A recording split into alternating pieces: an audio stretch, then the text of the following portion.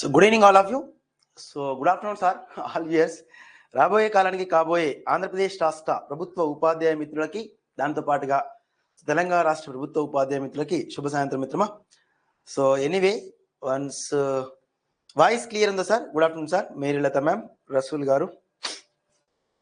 Yes మిత్రమా, right. So టెస్ట్లు ఎలా అనిపిస్తున్నవి? టెస్టులు రాస్తా ఉంటే మీ అభిప్రాయాన్ని ఒకసారి వ్యక్తపరచండి సార్. సో ప్రతి ఒక్కరు కూడా మీ అభిప్రాయాన్ని వ్యక్తపరచండి. సో కంటెంట్ అనేది కొంతవరకు ఏ తరహాలో ఉంది, మీ ప్రశ్నలు రాస్తా ఉంటే ఎలా అనిపిస్తుంది? సో తొందరలోనే మీకు టాప్ 50 మెంబర్స్ యొక్క డాటా కూడా ప్రొవైడ్ చేస్తాను. ఇటీవల కాలంలో కొంచెం తెలంగాణ రాష్ట్రంలో ఈ యొక్క విద్యాశాఖ నిమిత్తం ట్రాన్స్ఫర్స్ అయినాయి కదా. సో దాంతో పాటు కొంచెం స్కూల్ విషయంలో కొంచెం బిజీగా ఉండడం వల్ల మార్నింగ్ సెషన్ లో మీకు టైం ఎక్కువ మొత్తంలో క్లియర్ చేయలేకపోతున్నాను. అంటే మార్నింగ్ టైంలో ఎవ్రీ డే మార్నింగ్ టైంలో సో మీకు మాక్సిమం వీలైనంత వరకు టాప్ 50 మెంబర్స్, నేను రాసిన వాళ్ళు టాప్ 50 మెంబర్స్ యొక్క సో నేమ్స్ ని అనౌన్స్మెంట్ చేస్తాను. కొంచెం మీకు స్పోర్టివ్ గా ఉంటుంది. సో ఆ విషయంలో నేను అగ్రి మిత్రమా. సో ఆ తరహాలను ముందుకెళ్దాం. రిమైనింగ్ ఇక్కడ మీరు గమనించి ఉండొచ్చు, మనకు పాఠ్యాంశాల యొక్క సరళితో పాటుగా ఇటీవల తెలంగాణ రాష్ట్రంలో ఏదైతే క్వశ్చన్ పేపర్ చూసామో మనం డిఎస్సి, ఆ క్వశ్చన్ పేపర్ చూసినప్పుడు నాకు ఒక ఫీలింగ్ క్రియేట్ అయింది అనమాట. సో మేజర్ గా శీతోష్ణకు సంబంధించిన అంశాలు కానీ, నదీ వ్యవస్థకు సంబంధించిన అంశాలు కానీ, దాంతో పాటు అడవులకు సంబంధించిన అంశాలు ఏవైతే ఉన్నాయో, సహజ ఉద్భవ సంపద, వాతావరణం, ఆవరణాలకు సంబంధించిన అంశాలు, ఈ అంశాలపైన ఎక్కువ మొత్తంలో ఫోకస్ చేస్తున్నారు విద్యాశాఖ. సో ఆ తరహాలోని మనకు కూడా ఆంధ్రప్రదేశ్ రాష్ట్రంలో నూతన టెక్స్ట్ బుక్స్ ఉండి అందులో 8, 9వ తరగతులు, 8, 9, 10వ తరగతులు చాలా కీలకమైనవి. ఈ 3 తరగతుల నుంచే సోషల్ కంటెంట్ యొక్క వెయిట్ మొత్తంలో ఉంటుంది, అందులో జాగ్రఫీ ఇంకా అధిక మొత్తంలో ఉంటుంది. ఆ తరహా ఈ 3 తరగతులకు సంబంధించి ఆ పాఠ్యాంశం షెడ్యూల్ రాసేటప్పుడు నేను అనుకున్నాను వీళ్ళు మొత్తం చదివి పెడతారు కావచ్చు అని చెప్పేసి. కాకపోతే నాకు మళ్ళీ అనిపించింది కొంచెం ఈ వీటిపైన ఎక్కువ ఫోకస్ పెట్టి ఎక్కువ ప్రశ్నలు ఇవ్వడం వల్ల సో ఇంకా ఎక్కువ మొత్తంలో వీళ్ళు పూర్తి స్థాయిలో పరిణితి చెందుతారనే నేపథ్యంతో కొంచెం టాపిక్ డివైడ్ చేసుకుంటూ మళ్ళీ టెస్ట్లు ఎక్కువ మొత్తం కండక్ట్ చేస్తున్నాం. ఎందుకంటే బిఫోర్ సో రేపు మనకు ప్రిపరేషన్ హాలిడే ఉంది, హాలిడే రోజున ఎగ్జామ్ కండక్ట్ చేయాలనే నేపథ్యంతో ఏర్పాటు చేశాను మిత్రమా. సో మీరు మీకు వీలైనప్పుడు రాసుకోవచ్చు, బట్ కాకపోతే మనకు ఒక సీక్వెన్స్ ఆర్డర్ గా ఉంటుంది. రేపు మళ్ళీ మీరు సో రివిజన్ చేసుకునేటప్పుడు కూడా, డిఎస్సికి ముందు రివిజన్ చేసుకునేటప్పుడు కూడా ఒక చాప్టర్ చదివి ఎగ్జామ్ రాసుకోవచ్చు, ఆ తరహాలో ఉంటుంది మిత్రమా. సో ఆ విధంగా నేను ఏర్పాటు చేశాను. దానికి మీరు ఒకవేళ సంయుక్తంగా ఉన్నారా లేరా అనే విషయం నాకు కొంచెం క్లారిటీ మిత్రమా. ఎస్. సో టెస్ట్ రాస్తుంటే ఎలా అనిపిస్తుంది ఫీలింగ్ మీకు? సో అంటే కొత్త సమాచారం తెలిసినట్టుగా కానీ, మిమ్మల్ని మీరు బేరీజ్ వేసుకున్నట్టు కానీ. ఒకటి మాత్రం గమనించండి మిత్రమా, సో మీ యొక్క టెస్ట్ రాసేటటువంటి నేపథ్యంలో మాత్రం మీరు తప్పకుండా సో చదివిన తర్వాత రాసే ప్రయత్నం చేయండి. ఫస్ట్ ఒకసారి చదవండి, మనం ఏ టాపిక్ అయితే ఉందో ఆ టాపిక్ ఒకసారి చదివే ప్రయత్నం చేయండి. చదివిన తర్వాత ఎగ్జామ్ రాయడం వల్ల సో ఫస్ట్ మీరు ఏం చేస్తున్నారంటే చదువుతున్నారు కదా, సో ఫస్ట్ ఒకసారి రీడింగ్ చేస్తారు. రీడింగ్ చేసినటువంటి ఈ టాపిక్ ఏదైతే ఉందో ఆ టాపిక్ పైన కొంత అవగాహన కలుగుతుంది మనకి ఫస్ట్, రైట్ సార్. తదుపరి తర్వాత టెస్ట్ రాయడం వల్ల కొంతవరకు మళ్ళీ రివిజన్ అవుతుంది అనమాట. మీరు చదివిన సమాచారం టెస్ట్ రాయడం వల్ల రివిజన్ అవుతుంది. ఈ టెస్ట్ లోపల ప్రశ్న ఏ విధంగా ఫామ్ అవుతుంది, క్వశ్చన్ ఏ విధంగా ఫార్మింగ్ చేస్తున్నారు, దాంతో పాటు ఏ ఏరియాకి ఎక్కువ కాన్సన్ట్రేషన్ పెట్టాలి, బయట కన్క్లూజన్స్ ఏవైతే ఉన్నాయో మనకు అన్వేషించండి, కనుక్కోండి, ఆలోచించండి అని చెప్పేసి అలాంటి వాటి అంశాలపైన ఎక్కువ మొత్తంలో ప్రశ్నలు అనేవి ఏ తరహాలో వస్తున్నవి, ఎక్కడి నుంచి సేకరించాలి, అంతర్జాలం నుంచి ఎలాంటి సమాచారాన్ని సేకరించాలి అనే అంశాలపైన అవగాహన కలుగుతుంది.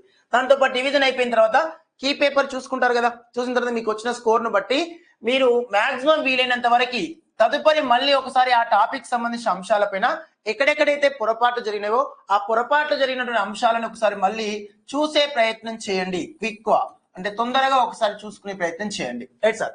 ఇది మీరు రాసే నేపథ్యంలో ఉన్న ప్రతిపాదన.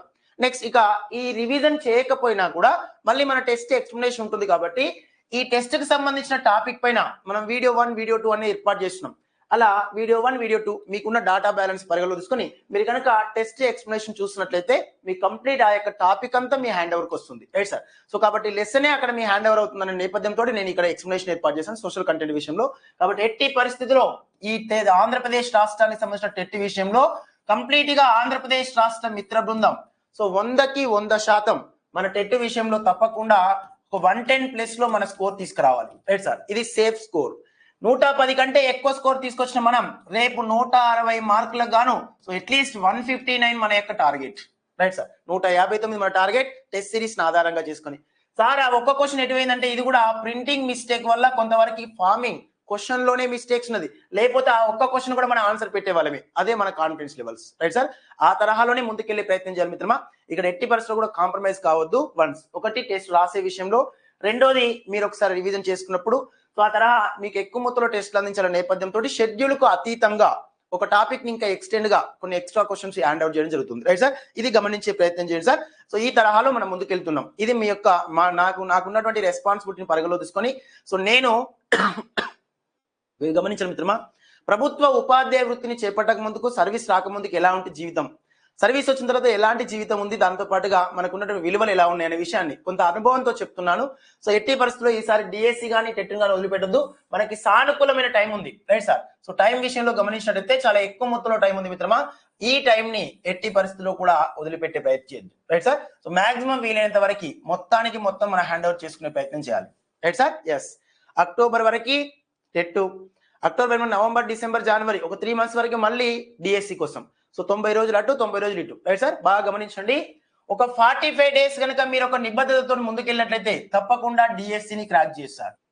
45 days, రైట్ సార్. ఇప్పుడు న్యూ టెక్స్ట్ బుక్స్ ఆధారంగా చూసుకోండి, రైట్ సార్. సో కాబట్టి 45 days ఏమో డిఎస్సి కోసం, దాంతో పాటుగా ఒక 45 days కంప్లీట్ గా టెట్ కోసం మీరు వ్యక్తిగత ప్రణాళిక ఏర్పాటు చేసుకోండి, ఒక ప్లాన్ ఏర్పాటు చేసుకోండి, రైట్ సార్. వన్స్ మన యొక్క షెడ్యూల్ తో పాటుగా ఒక ప్లాన్ ఏర్పాటు చేసుకోండి. సో డే వైజ్ ఒక 5 days కంప్లీట్ గా చూసినట్టయితే తెలుగు, ఒక 5 days కంప్లీట్ గా చూసినట్టయితే ఇంగ్లీష్, ఒక 5 days కంప్లీట్ గా చూసినట్టయితే కంప్లీట్ గా మనకి పిఐ, అదే మాదిరిగా సైకాలజీ ఏదైతే ఉందో ఆ సైకాలజీ సంబంధించిన అంశాలని, లేదంటే సైకాలజీ కొంచెం వెయిటేజ్ ఎక్కువ ఉంటుంది కాబట్టి ఒక 7 days, రైట్ సార్. ఒక 1 week టైం కేటాయించి ఒక 7 days సైకాలజీ, ఇలా డేట్స్ కేటాయించుకుంటూ సబ్జెక్ట్ చదువుకుంటూ వెళ్ళండి. ఫస్ట్ ఆఫ్ ఆల్ ఆ చదివేటప్పటికి సిలబస్ అంతా చదువుకుంటూ దాంతో పాటు ఒక 2 hours టైం కేటాయించడం, ఒక 1 hour మనం ఇచ్చిన లెసన్ చదవండి, ఆ లెసన్ పైన 1 hour ఎగ్జామ్ రాయండి. అలా 2 గంటలు కేవలం మన టెస్ట్ సిరీస్ కోసం టైం కేటాయించండి రోజువారీ కాలంలో. ఇక మిగతా టైం మీ ఇష్టం, ఎలా అలా చేయండి. కాకపోతే నా ఒపీనియన్ డే వైజ్ మొత్తం సబ్జెక్ట్ కేటాయించుకుంటూ ఒక 45 days షెడ్యూల్ క్రియేట్ చేసుకోండి టెట్ కోసం. సో టెట్ ఎవరు రాయాలి సార్ అంటే, ఎవరికైతే 110 కంటే తక్కువ మొత్తంలో స్కోర్ ఉందో సార్, సో లో స్కోర్ ఉన్న వాళ్ళు మాత్రమే టెట్ అటెంప్ట్ చేయండి. 110 కంటే ఎక్కువ స్కోర్ ఉన్న వాళ్ళు కంప్లీట్ గా డిఎస్సి విషయంలో మనం చదవబోతున్నటువంటి పిఐ ఏదైతుందో పిఐ, సోషల్ మెథడాలజీ, దాంతో పాటు జీకే అండ్ కరెంట్ అఫైర్స్, ఇగో ఇవి ప్రధానంగా గమనించాలి. కరెంట్ అఫైర్స్ ఇటీవల కాలంలో మనం గమనించాం, మన ఆంధ్రప్రదేశ్ రాష్ట్ర పబ్లిక్ సర్వీస్ కమిషన్ వాళ్ళు ఇచ్చిన పేపర్ దృష్ట్యా, విద్యాశాఖ వాళ్ళు ఇచ్చే పేపర్ 2 రాష్ట్రాల దృష్ట్యా గమనించినట్లయితే, ఎస్ ఇక్కడ కరెంట్ అఫైర్స్ ని ఒక 3 సంవత్సరాల నుంచి ప్రామాణికంగా తీసుకున్నారు. 3 సంవత్సరాలు, రైట్ సార్. అందులో ఇటీవల కాలంలో సమకాలికంగా స్పోర్ట్స్ ఏవైతే ఉన్నాయో ఆ స్పోర్ట్స్ సంబంధించి 3 సంవత్సరాల బ్యాక్ నుంచి అడిగాడు. మద్రాస్ ప్రెసిడెన్సీలో ఉన్నటువంటి మద్రాస్ ప్రెసిడెంట్ ఏదైతే ఉందో మన యొక్క ఆంధ్ర రాష్ట్రం ఉమ్మడిగా ఉన్నప్పుడు, ఆ మద్రాస్ ప్రెసిడెంట్ లో ఉన్నటువంటి ఒలింపిక్ గేమ్ల దృష్ట్యా అప్పుడు ఉన్నటువంటి ఒలింపిక్స్ లో ఎక్కువ పథకాలు ఏ రంగంలో స్థాపించారు అంటే ఏ క్రీడలో ఎక్కువ మొత్తంలో సాధించారని చెప్పేసి క్వశ్చన్ ఫేమ్ అయింది, రైట్ సార్. అంటే ఇక్కడ తెలుగు 2 రాష్ట్రాల వాళ్ళు కూడా గమనించండి మిత్రమా. సో కంప్లీట్ గా తెలుగు 2 రాష్ట్రాల వాళ్ళు కూడా విద్యాశాఖ డిపార్ట్మెంట్ అనేది, విద్యాశాఖ ఏదైతుందో ఒకటే ధోరణిలో ఉంటుంది. ఇది మాత్రం గమనించండి మన తెలుగు ప్రజలు, రైట్ సార్. సో కాబట్టి మీరు మర్చిపోదు మిత్రమా, కరెంట్ అఫైర్స్ కి, సోషల్ మెథడాలజీకి, పిఐకి, డిఎస్సికే ప్రాపర్ గా ప్రిపేర్ అయ్యే మిత్రులు కొంచెం టైం కేటాయించండి. రిమైనింగ్ సోషల్ కంటెంట్ విషయంలో ఇంటర్ కు సంబంధించినటువంటి అంశాలు ఏవైతే ఉన్నాయో వీటిపైన కొంచెం దృష్టి సారించండి. కానీ ఇంటర్ లో ఉన్న మొత్తం సిలబస్ కాదు, మొత్తం టాపిక్స్ కావు. ఇంటర్ లో ఉన్నటువంటి మొత్తం టాపిక్స్ మీరు చదివితే తప్పకుండా మీ అందరికీ కూడా గ్రూప్ 2 అదే మాదిరిగా గ్రూప్ 1 అనేది తప్పకుండా వస్తుంది ఇంటర్ లో ఉన్న మొత్తం చదివితే, రైట్ సార్. ఇంటర్ లో ఉన్న అన్ని టాపిక్స్ కాకుండా మనకి 6వ తరగతి నుంచి 10వ తరగతి వరకు ఏ టాపిక్స్ అవుతున్నాయో వీటికి లింక్ ఉన్నటువంటి టాపిక్స్ ని చూడాలి.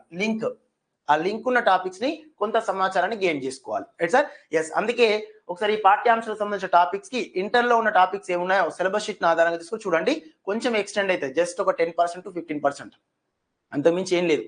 ఇటీవల కాలంలో తెలంగాణ రాష్ట్రం కూడా ఇంటర్ ఎక్కువ చదివిన వాళ్ళు అక్కడ స్కూల్ టెక్స్ట్ బుక్స్ 8, 9, 10 ఎక్కువ మొత్తంలో వచ్చేవి. కాబట్టి ఇంటర్ ఎక్కువ మొత్తంలో కాన్సన్ట్రేషన్ పెడితే కేవలం 14 బిట్లతోటి వాళ్ళు మొత్తం స్కూల్ టెక్స్ట్ బుక్స్ మొత్తం కూడా కొంచెం రివిజన్ చేయకపోవడం వల్ల సర్వీస్ లాస్ అయ్యే నేపథ్యంలో ఉన్నారు.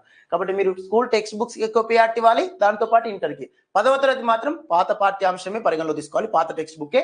ఇవి మాత్రం చూడండి. మాక్సిమం 110 కంటే తక్కువ స్కోర్ ఉన్న వాళ్ళు టెట్ ప్లస్ డిఎస్సి విషయంలో లాంగ్వేజ్ 1, లాంగ్వేజ్ 2, సైకాలజీ వీటిపైన కొంచెం ఎక్కువ మొత్తంలో క్రోడీకరించి కంటెంట్ ముందు తీసుకెళ్ళండి. ఇక కంప్లీట్ గా 110 కంటే ఎక్కువ స్కోర్ ఉన్న వాళ్ళు ఎవరైతే ఉన్నారో వీళ్ళు మాక్సిమం వీలైనంత వరకు 110, 120 స్కోర్ ఉన్న వాళ్ళు ఎవరైతే ఉన్నారో మాక్సిమం వీలైనంత వరకు డిఎస్కి ఎక్కువ కేటాయించండి. సార్ నీకు 125 స్కోర్ ఉన్నది లేదా 120 స్కోర్ ఉన్నది, 120 స్కోర్ ఉన్న మీరు ఒకవేళ ఇప్పుడు టెట్ కు ప్రిపేర్ అయితే మాక్సిమం లేదంటే ఒక 10 మార్కులు తీసుకొస్తారు, రైట్ సార్. టెట్ లో ఇంకొక 10 మార్కులు తీసుకొస్తారు, అంటే 130 వరకు తీసుకొస్తారు. మొత్తానికి మొత్తం 150కి 140 మామూలుగా 150 అయితే తీసుకురాలి కదా, అంటే ఒక 10 మార్కులు పెరుగుతాయి. ఈ 10 మార్కుల కోసం మీరు ఇన్ని సబ్జెక్ట్ చదవాల్సి వస్తుంది టెట్ విషయంలో. అదే ఈ 10 మార్కులకి డిఎస్సిలో ఎంత వెయిటేజ్ వర్తిస్తుంది అంటే కేవలం 1.35, రైట్ సార్. అంటే ఒక మార్కు మీద 3.5. సో ఆ తరహా ఇదేదో మీరు ఇదే టైం ని ఒకవేళ డిఎస్సికి ప్రిపేర్ అయితే ఒక 3 నుంచి 5 ప్రశ్నలకి ఆన్సర్ పెట్టొచ్చు, 5 మార్కులు తీసుకురావచ్చు. అంటే ఎంత లీడింగ్ లో ఉంటారు చూడండి. ఇక్కడ మనకి 7.5 ఒక 7.5 అంటే 7 మార్కులకు గాను ఒక 7 టెట్ మార్కులకు గాను ఒక డిఎస్సి క్వశ్చన్ వస్తుంది. డిఎస్సి మార్కు ఈక్వల్ కావున మాక్సిమం వీలైనంత వరకు ఒక 110 కంటే తక్కువ ఉన్న వాళ్ళు కొంచెం టైం కేటాయించండి. 110 కంటే ఎక్కువ ఉన్న వాళ్ళు నో అవసరం లేదు. సో ఇది మాత్రం గమనించండి మిత్రమా. కాబట్టి నా ఒపీనియన్ ఇది. సో ఇదే తరహాలో ముందుకెళ్లే ప్రయత్నం చేద్దాం. Right sir. ఈ రోజు టెస్ట్ 6వ తరగతి 7వ తరగతి సంబంధించినటువంటి రైట్ మిత్రమా.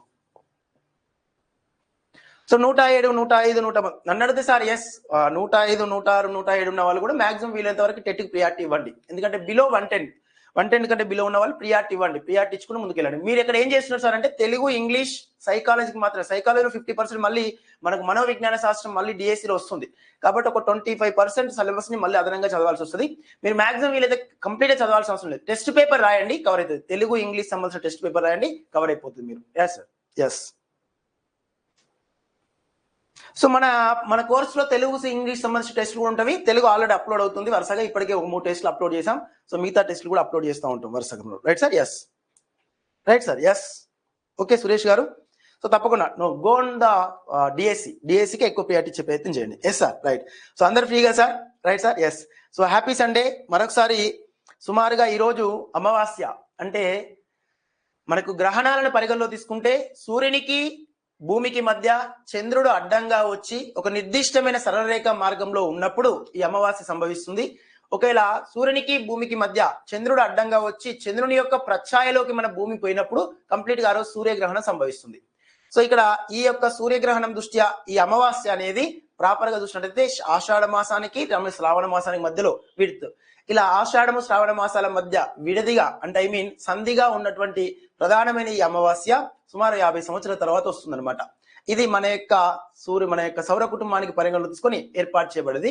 అలా సౌర కుటుంబం దృష్ట్యా చూసినట్టయితే భూమికి అదే మాదిరిగా మన యొక్క సూర్యునికి మధ్య చంద్రుడు అడ్డంగా వచ్చినప్పుడు సూర్యకిరణాలు అనేవి భూమి మీద పడకుండా చంద్రుడు అడ్డంగా ఉండడం, చంద్రుని యొక్క ప్రఛాయలకు మన భూమి పోయినప్పుడు మొత్తం చీకటిగా ఉంటది. అదే అమావాస్యగా పేర్కొన్నాం. Right sir. ఎస్. ఇక్కడ గమనించాలి. తిరిగి రేపటి నుండి శ్రావణ మాసం. Right sir. మళ్ళీ వచ్చే సంవత్సరం శ్రావణ మాసం వరకు మీ చేతిలో తప్పకుండా సర్వీస్ ఉంటుంది. ఇది మాత్రం గమనించండి. సర్వీస్ ఎట్టి పరిస్థితిలో ఉండే ప్రయత్నం చేసుకోండి. రైట్ మిత్రమా. ఎస్. ఒకసారి గమనించండి మిత్రమా. నెక్స్ట్ క్వశ్చన్ లోకి వెళ్ళే ప్రయత్నం చేద్దాం. ఏమైనా ఇబ్బందికరంగా ఉంటే పెట్టండి sir. So social methodology classes ఏర్పాటు చేస్తాను మిత్రమా. రైట్. కొంచెం టైం ఇవ్వండి. సార్ వాళ్ళు కూడా ఏంటంటే అందరూ అక్కడక్కడ క్లాసులు ఇంక్లూడింగ్ అవ్వడం వల్ల మనకి ఇప్పటికీ కూడా హిస్టరీ, సివిక్స్, ఎకానమీ విషయంలో కూడా సార్ వాళ్ళు కొంచెం ఎక్కువ టైం తీసుకుంటున్నారు అనమాట. సో అలా టైం తీసుకోవడం కూడా ఇబ్బందికరంగా అనిపిస్తుంది. Right sir. Yes. So DSC Lavanya ma'am DSC 110 కంటే ఎక్కువ ఉన్నప్పుడు గో ఆన్ ద డిఎస్సి. ఎక్కువ మొత్తంలో డిఎస్సికి ఎక్కువ ప్రియారిటీ ఇవ్వండి. కేవలం అటెంప్ట్ అయితే చేయండి, టెట్ అటెంప్ట్ చేయండి, కానీ డిఎస్సికి ఎక్కువ మొత్తంలో చదవండి. మన యొక్క యాప్ లో పెట్టేటటువంటి టెట్ కమ్ డిఎస్సికి దోహదపడే విధంగా ఏర్పాటు చేసిన లాంగ్వేజ్ 1, లాంగ్వేజ్ 2, సైకాలజీ సంబంధించిన టెస్ట్లు ఇవ్వండి. ఈ టెస్ట్ ఇచ్చుకుంటూ పోతే సరిపోతుంది. మీరు ప్రత్యేకంగా మన టైం కేటాయించాల్సిన అవసరం లేదు. Right sir. ఎస్. ఇక్కడ ఒకసారి గమనించండి మిత్రమా. నెక్స్ట్ 6వ తరగతి 7వ తరగతికి సంబంధించిన జాగ్రఫీ గ్రాండ్ టెస్ట్ ఏదైతే ఉందో, జాగ్రఫీ గ్రాండ్ టెస్ట్ 6-7లకు సంబంధించిన ఈ గ్రాండ్ టెస్ట్ లోపల మనకి సుమారుగా ప్రశ్నలు చూసినట్టయితే 102 ప్రశ్నలు ఉన్నాయి సార్. Right sir. ఈ 102 ప్రశ్నలలో సుమారు ఒక 50% గతంలో అడిగినవే ఏర్పాటు చేసాం. అలా ఈ టెస్ట్ ని పరిగణలో తీసుకున్నట్టయితే మనకి సో ఆల్మోస్ట్ 85 అనేది టాప్ స్కోర్ ఉంది మిత్రమా. ఈ టెస్ట్ లోపల 85 టాప్ స్కోర్ ఉంది మన మిత్రుల ద్వారా. సో అందులో సుభాషిణి అని చెప్పేసి సుభాషిణి మేడం, దాంతో పాటుగా రిమైనింగ్ గమనించినట్లయితే నెక్స్ట్ ఇంకా నంబర్ ఆఫ్ మెంబర్స్ వాళ్ళందరికీ కూడా సంబంధించి నేను ఒకసారి డీటెయిల్స్ పెడతా. ఈ అయిపోయిన తర్వాత వారికి సంబంధించిన ప్రొఫైల్ పెడతాం మిత్రమా. ఈ రోజు టెస్ట్ సిరీస్ యొక్క అంటే ఈ టెస్ట్ యొక్క డాటా ఎవరు టాప్ లో ఉన్నారని రెగ్యులర్ గా రేపటి నుండి మీకు ఈ రోజు అప్లోడ్ చేయబోతున్న టెస్ట్ నిన్న అప్లోడ్ చేసిన టెస్ట్ సంబంధించి అయితే అందరూ ఒకేసారి రాయలేకపోతున్నారు అనమాట. సో కొంత టైం తీసుకొని రాస్తున్నారు కాబట్టి టాప్ 50 మెంబర్స్ కూడా ఒకేసారి రాస్తే బాగుండు. Right sir. మళ్ళీ అందులో మన టెస్ట్ సిరీస్ ఇంకా ఎక్కువ మందికి రీచ్ అవ్వలేదు. సో ఎక్కువ మంది రీచ్ అవ్వాలంటే దానికి మీరే కారకులు, మీరే ఎక్కువ మొత్తంలో దోహదపడాలి. అది మీకు వ్యక్తిగతంగా వదిలిపెడుతున్నా, మీరే చూసుకోండి సార్. నెక్స్ట్ రిమైనింగ్ నేనైతే టెస్ట్ పెడతాను, ఇంక్లూడింగ్ చేస్తాను, విశ్లేషణ చేస్తాను, మీకు టాప్ స్కోర్ లో టాప్ 50 మెంబర్స్ అనౌన్స్మెంట్ చేస్తాను. Right sir. ఇది నా ప్రత్యామ్నాయ ధర్మం. ఈ ధర్మం ప్రకారం ముందర చేస్తా. మీరు కూడా మీ ధర్మాన్ని వ్యక్తీకరించండి, సర్వీస్ కొట్టాలి. మన టెస్ట్ సిరీస్ ని మన వెంకట సార్ని కూడా సపోర్ట్ చేయండి. Right sir. Yes. Thank you మిత్రమా. నెక్స్ట్ సో క్రింది వాటిని పరిశీలించి వాస్తవ అంశాన్ని గుర్తించండి అన్నాడు. క్రింది వాటిని పరిశీలించి వాస్తవ అంశాన్ని గుర్తించండి అన్నాడు మిత్రమా. సూర్యుడు, చంద్రుడు రాత్రి ప్రధానంగా ఆకాశంలో మెరుస్తున్నప్పుడు, ఆకాశంలో రైట్ మిత్రమా, ఇక్కడ రాత్రి ఆకాశంలో ఎస్ సార్ రైట్, ఆకాశంలో మెరుస్తున్న వస్తువులు భూమి అన్నింటినీ కలిపి ఖగోళ వస్తువులు అంటాము అనేది ప్రధానంగా అనిశ్చితి అన్నాడు. ఖగోళ వస్తువులు అంటాము అనేది అనిశ్చితి అన్నాడు. అనిశ్చితి అంటే ఒక విధంగా చెప్పాలంటే నమ్మకం లేకపోవడము, లేదా తప్పు అని సూచించబడము, లేదా అవాస్తవము, నిజం కాదు అని అర్థం రైట్ సార్. నిశ్చితి అంటే నిజము, ఒప్పు లేదా వాస్తవం, నమ్మకం కలిగి ఉన్నది అని చెప్పేసి అర్థం. ఇలా అనిశ్చితి అనే పదం, నిశ్చితి అనే పదాలకి కారకాలు అవి రైట్ సార్. ఇక్కడ సూర్యుడు చంద్రుడు రాత్రి ఆకాశంలో మెరుస్తున్న వస్తువులు భూమి అన్నిటినీ కలిపి ఖగోళ వస్తువులు అంటాం. సూర్యుడిని చంద్రుడిని రాత్రి ఆకాశంలో మెరుస్తున్న వస్తువులని దాంతో పాటు భూమిని కూడా కలిపి మనం ఖగోళ వస్తువులు అంటాము అనేది అనిశ్చితి అన్నాడు. అనిశ్చితి అంటే తప్పు అంటున్నాడు.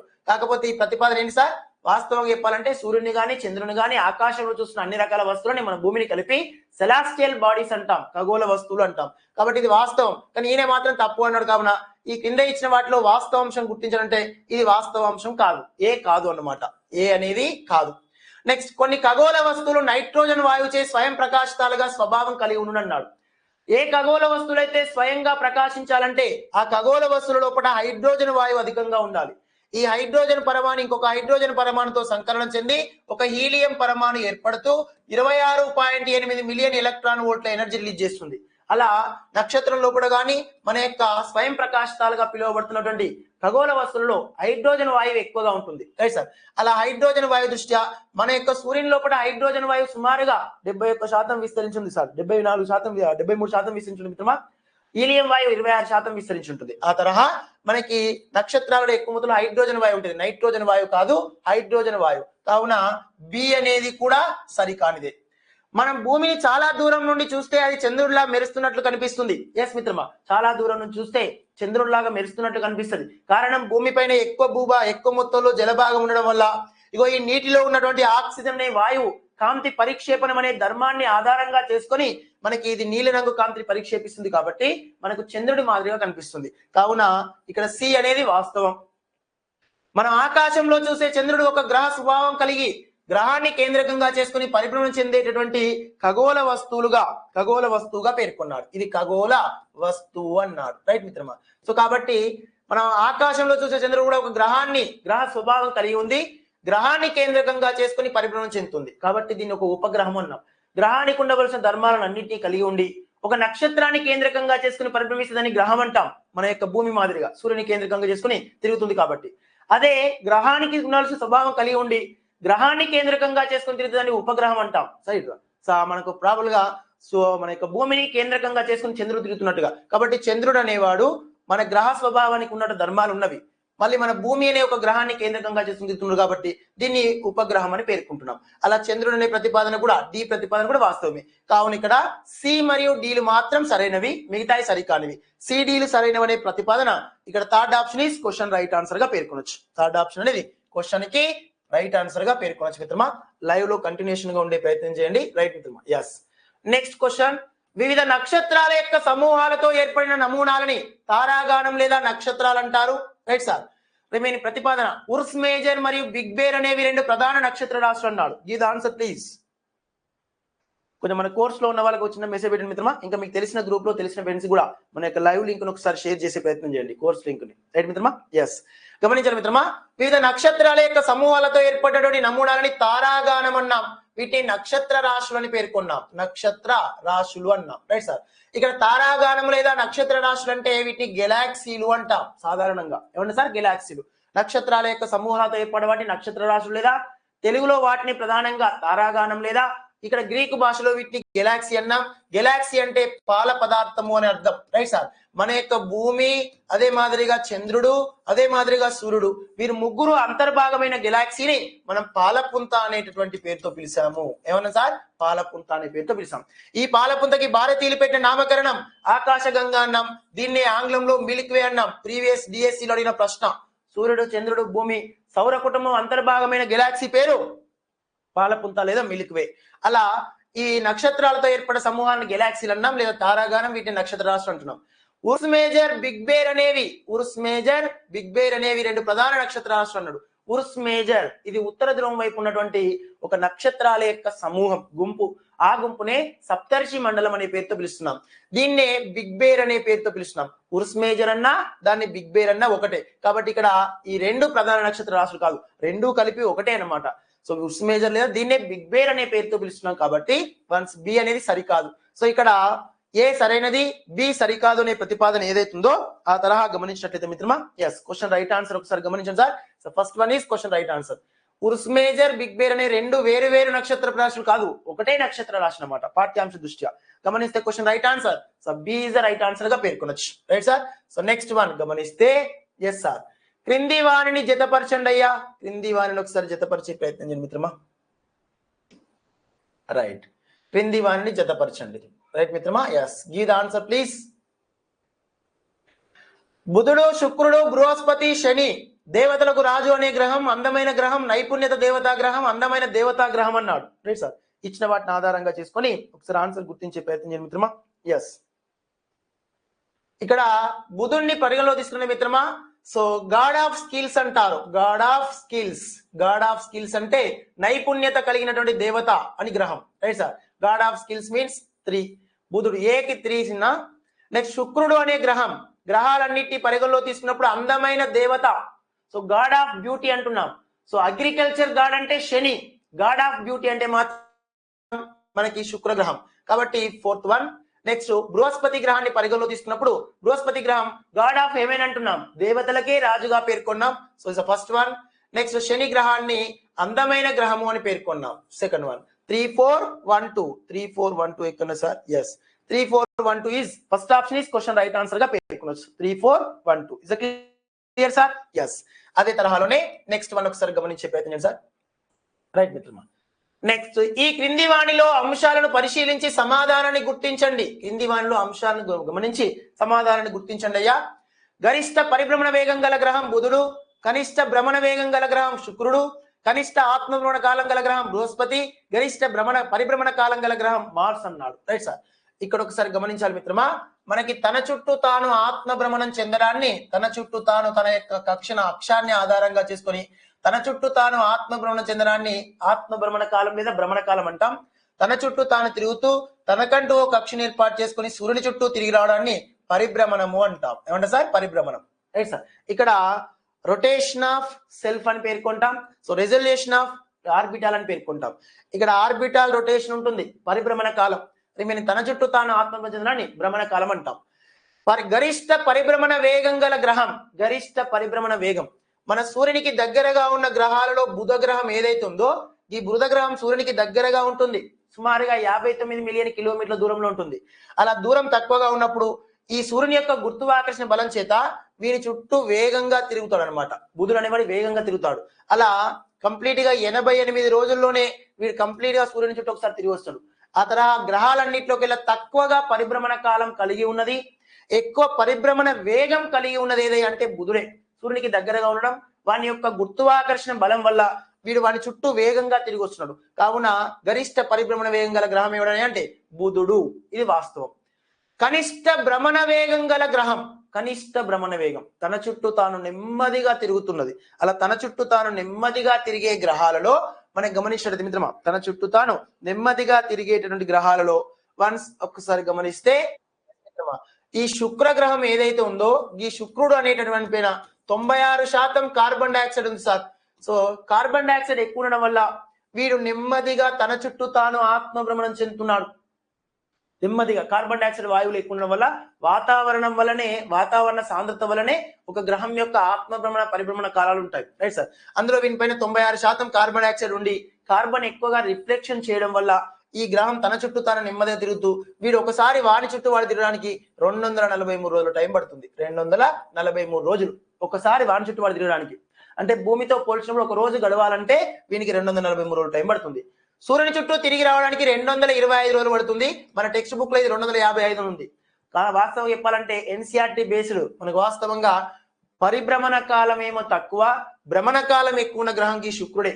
సో కాబట్టి శుక్రుడు అనేవాడు కనిష్ట భ్రమణ వేగం, నెమ్మదిగా తన చుట్టూ తాను తిరుగుతుంది. నెమ్మదిగా తన చుట్టూ తాను తిరుగుతున్నప్పుడు ఎక్కువసేపు సూర్యునికి ఎదురుగా ఉంటది కాబట్టి ఎక్కువగా మెరుస్తుంది. కావున వీని మార్నింగ్ స్టార్, ఈవినింగ్ స్టార్, దాంతో పాటుగా వేగు చుక్క అనే పేరుతో పిలుస్తున్నాం. సౌర కుటుంబంలో అత్యంత ప్రకాశవంతమైన గ్రహం అనే పేరుతో పిలుస్తున్నాం. అలా సౌర కుటుంబంలో అత్యంత ప్రకాశవంతమైన గ్రహం మార్నింగ్ స్టార్, ఈవినింగ్ స్టార్ అనే పేరుతో పిలుస్తున్నాం మిత్రమా. మనకి మార్నింగ్ స్టార్ బ్యాచ్ మన యొక్క క్లాస్ లో కూడా మన యాప్ లో ఉంటుంది. ఆ మార్నింగ్ స్టార్ బ్యాచ్ లో గ్రూప్స్ వాళ్ళకి క్లాసెస్ ఉంటాయి. మేజర్ గా geography classes, group 1, group 2, group 3 అన్ని పోటీ పరీక్షల నిమిత్తం కూడా కంప్లీట్ గా జాగ్రఫీ ఉంటుంది మిత్రమా. ఇండియన్ జాగ్రఫీ ఉంటుంది, వరల్డ్ జాగ్రఫీ ఉంటుంది, ఏపీ జాగ్రఫీ, తెలంగాణ జాగ్రఫీ ఉంటుంది, డిజాస్టర్ మేనేజ్మెంట్ ఇష్యూస్ కూడా ఉంటాయి రైట్ సార్. వాటిలో టెస్ట్ కూడా ఉంటాయి. అది morning star batch. Evening star batch అనేది డిఎస్సి వాళ్ళ కోసం, తెలంగాణ డిఎస్సి వాళ్ళ కోసం ఏర్పాటు చేశాం రైట్ సార్. మనం కూడా ఈవినింగ్ స్టార్ బ్యాచ్ దృష్ట్యా మనకు ఒక ఆంధ్రప్రదేశ్ టెట్ మరియు డిఎస్సి అని చెప్పేసి ఒక కోర్స్ క్రియేట్ చేస్తున్నాం. ఆ కోర్స్ లో వరుసగా లైవ్ క్లాసులు జరుగుతున్నవి. 6వ తరగతి అయిపోయింది, 7వ తరగతి ఇప్పుడు నడుస్తుంది మిత్రమా. ఇంకా మన మిత్రులు ఎవరైనా ఉంటే రిసీవ్ చేసుకోండి. తప్పకుండా ఇంటర్మీడియట్ వరకు 299 రూపీస్ కి మీకు కంప్లీట్ ఇన్ఫర్మేషన్ ఇవ్వడం జరుగుతుంది రైట్ సార్. ఇక్కడ గమనించాలి, కనిష్ట ఆత్మభ్రమణ కాలం గల గ్రహం. కనిష్ట ఆత్మభ్రమణ కాలం అంటే వేగంగా తన చుట్టూ తాను తిరగడం. అలా వేగంగా తన చుట్టూ తాను తిరుగుతూ సుమారు 9 గంటల 56 నిమిషాలలోనే ఒక రోజు పూర్తి చేసుకుంటుంది బృహస్పతి గ్రహం. బృహస్పతి గ్రహం వాని చుట్టూ వాడు వేగంగా తిరుగుతాడు. అలా ఈ యొక్క బృహస్పతి అనేది కూడా వాస్తవమే. గరిష్ట పరిభ్రమణ కాలం గల గ్రహం మార్స్ అన్నాడు. గరిష్ట పరిభ్రమణ కాలం మనకు సూర్యుని నుండి వరుస క్రమంలో గ్రహాలను చూసినట్లయితే వరుస క్రమంలో గ్రహాలలో ఒకటి బుధుడు, తర్వాత శుక్రుడు, తర్వాత మన యొక్క భూమి, తర్వాత అంగారకుడు, తర్వాత బృహస్పతి, తర్వాత శని, తర్వాత వరుణుడు, తర్వాత ఇంద్రుడు రైట్ సార్. వీళ్ళందరి యొక్క కక్షలు వీని యొక్క బుధుని యొక్క కక్ష, వీని ప్రధానంగా శుక్రుని యొక్క కక్ష రైట్ సార్. సో వీని ఒకసారి గమనిస్తే భూమి యొక్క కక్ష, నెక్స్ట్ బృహస్పతి గ్రహం యొక్క కక్ష, శని యొక్క కక్ష రైట్ సార్. ఈ అన్ని కక్షలతో పోల్చుకుంటే మన యొక్క ఇంద్రుని యొక్క కక్ష ఈ తరహాలో ఉంటుంది. ఇంద్రుని యొక్క కక్ష పెద్దదిగా ఉన్నప్పుడు వీడు సూర్యుని చుట్టూ తిరిగి రావడానికి టైం కూడా ఏమైతే సార్ ఎక్కువ పడుతుంది. కావున గరిష్ట పరిభ్రమణ కాలం సుమారుగా 164 సంవత్సరాల టైం పడుతుంది. ఎవరికి సార్? ఇక్కడ ఇంద్రునికి రైట్ సార్. కాబట్టి ఇక్కడ ఇంద్రుడు అనేది వాస్తవం, మార్స్ అనేది కాదు. కావున డి మిగతా అన్ని సరైనవే. కావున ఇచ్చిన దాన్ని ఆన్సర్ చూస్తే ఏబిసిలు నిశ్చిత్తి డి అని ఇచ్చిత్ అన్నాడు, ఏబిడిలు నిశ్చిత్తి సి అని ఇచ్చిత్ అన్నాడు, ఏసీలు నిశ్చిత్తి బిడిలు అనిచ్చిత్ అన్నాడు. ఇచ్చిన దాన్ని చూస్తే ఏబిసిలు నిశ్చిత్తి, డి అనేది అనిశ్చిత్తి అనే అంశం ఏదైతుందో ఇది మన క్వశ్చన్ కి రైట్ ఆన్సర్ గా పేర్కొనొచ్చు. ఏ అనేది మన క్వశ్చన్ కి right answer right sir. Yes is the first one is question right answer గా పేర్కొనొచ్చు మిత్రమా రైట్. సో మార్స్ ఎస్ మిత్రమా రైట్ ఆల్ వియర్స్. నెక్స్ట్ వన్ ఒకసారి గమనించండి సార్. ఇక నెక్స్ట్ 5th క్వశ్చన్ ఒకసారి గమనిస్తే సౌర కుటుంబం నుండి 9వ గ్రహమైన యముడు, సౌర కుటుంబం నుండి 9వ గ్రహమైన యముడు 2006వ సంవత్సరంలో తొలగించబడింది. ఇక్కడ ఇంటర్నేషనల్ ఆస్ట్రానామికల్ యూనియన్ వారి ప్రకారం గ్రహానికి ఉండవలసిన ధర్మాలను కలిగి ఉండడం వలన ప్లూటోను గ్రహ హోదా నుండి తొలగించారు రైట్ సార్. ఇచ్చిన దాన్ని ఆధారంగా చేసుకోండి sir. Yes give the answer please. Fast గా చూస్తే మనకి గ్రహానికి ఉండవలసిన ధర్మాలని ఇంటర్నేషనల్ ఆస్ట్రానామికల్ యూనియన్ వాళ్ళు ఎవరైతే ఉన్నారో వీళ్ళు కొన్ని నియమ నిబంధనలు చెప్పారు. ఒక గ్రహం తన చుట్టూ తాను తిరుగుతూ తన కక్షలో సూర్యుని చుట్టూ కానీ నక్షత్రం చుట్టూ తిరిగి రావాలి, అది గోళాకారంగా ఉండాలి, కక్షలోకి వేరే ఇతర వస్తువులు వచ్చినప్పుడు వికర్షించాలి, దానికంటే ఒక నిర్దిష్టమైన ఆత్మభ్రమణ కాలం, నిర్దిష్టమైన పరిభ్రమణ కాలాలు ఉండాలి అని చెప్పేసి ఈ అన్ని ధర్మాలను కలిగి ఉండి అల్బిడో స్వభావాన్ని వ్యక్తపరచాలి. నక్షత్రం నుంచి పొందే శక్తిలో కొంత శక్తిని రిఫ్లెక్ట్ చేసే స్వభావం కలిగి ఉండాలి. అలాంటి గ్రహాలనే ఈ రోజు అలాంటి వస్తువులను ఈ రోజు గ్రహం అంటాం.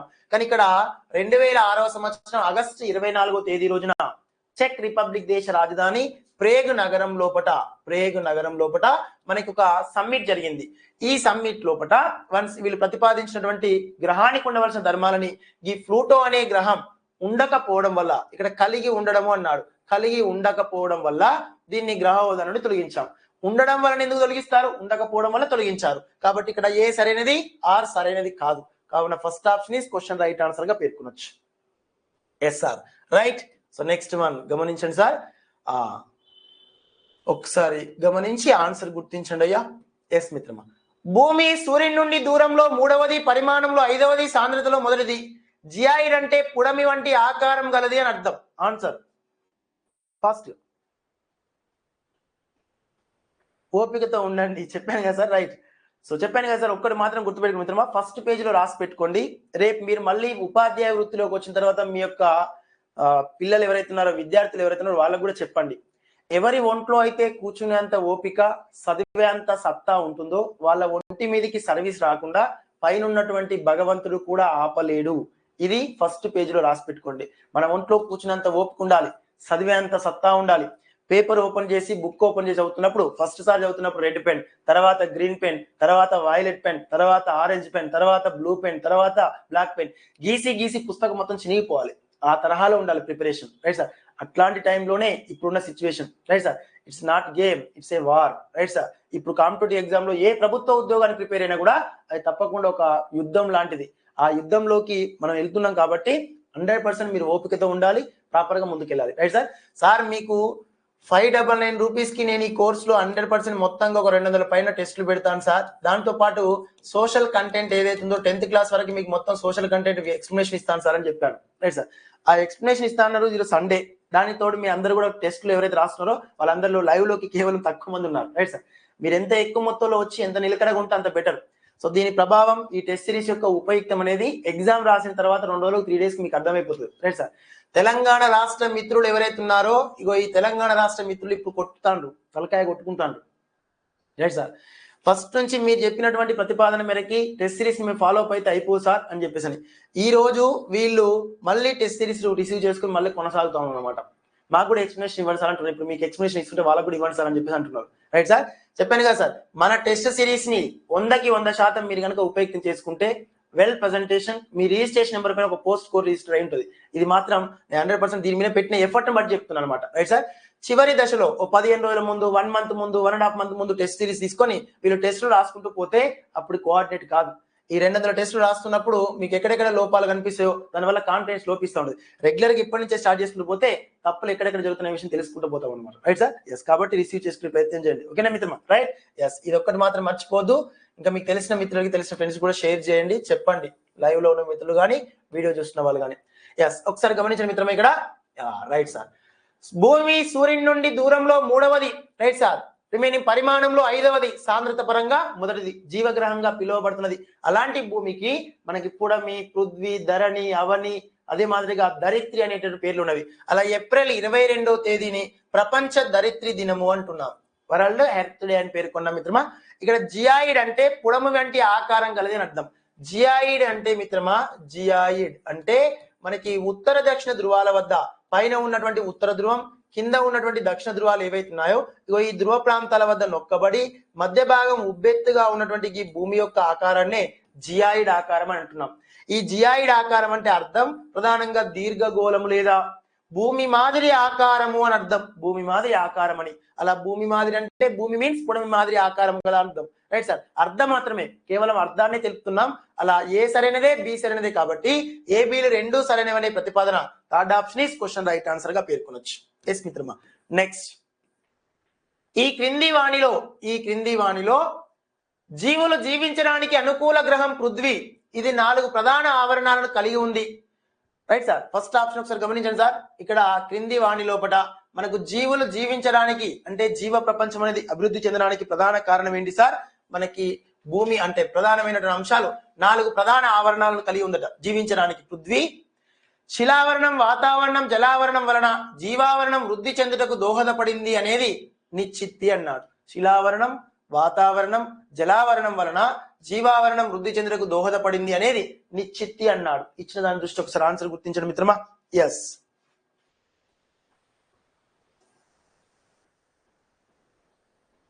Right sir. ఎస్, రెండు వాస్తవమే, రైట్ సార్. క్రింది వాటిలో జీవులు జీవించడానికి అనుకూలమైన గ్రహం భూమి. ఈ భూమి పైన ఆవరణాలు అనేవి ప్రధానంగా జీవులు జీవించడానికి అనుకూల పరిస్థితులు. అందులో శిలావరణం, వాతావరణం, జీవావరణం.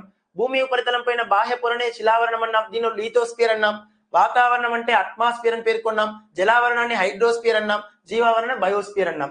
ఇవి 4 కూడా మనకు పర్యావరణ అంశాలలో భాగంగా ఉన్నాయి. పర్యావరణ అంశాల్లో భాగంగా సహజ పర్యావరణ అంశాలే ఈ 4 అంశాలు, సహజ పర్యావరణ అంశాలు, రైట్ సార్. అలా సహజ పర్యావరణ అంశాలని 4 దృష్ట్యా ఈ జీవావరణం వృద్ధి చెందాలంటే మనకి వాతావరణం ఉండాలి. వాతావరణంలో భాగంగానే జలావరణం, శిలావరణం ఉండాలి, రైట్ సార్. ఇలా ఈ 3 ఆవరణాల తర్వాత కాలంలో జీవావరణం పుట్టింది కాబట్టి ఏ బీలు 2 సరైనవి కావున ఏ మరియు బీలు 2 కూడా సరైనవి అనే ప్రతిపాదన మనకు రైట్ ఆన్సర్ గా పేర్కొనొచ్చు. ఎస్ మిత్రమా, right. Second option is question right answer గా పేర్కొనొచ్చు, రైట్ మిత్రమా. సో నెక్స్ట్ వన్ ఒకసారి గమనించి, ఈ క్రింది వానిలో కాలానికి ప్రమాణం కానిది. So give the answer please sir.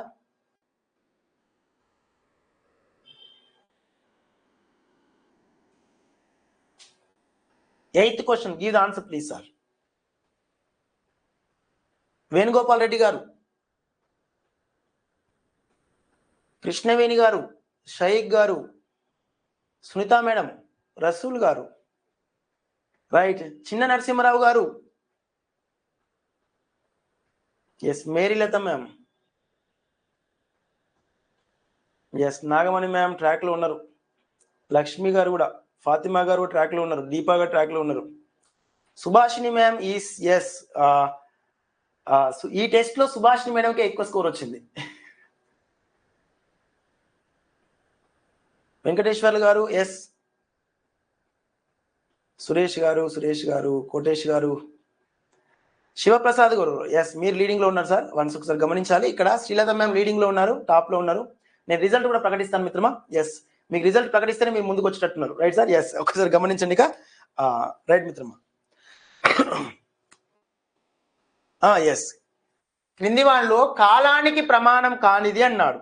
దూరానికి కాదు మిత్రమా, కాలానికి ప్రమాణం కానిది.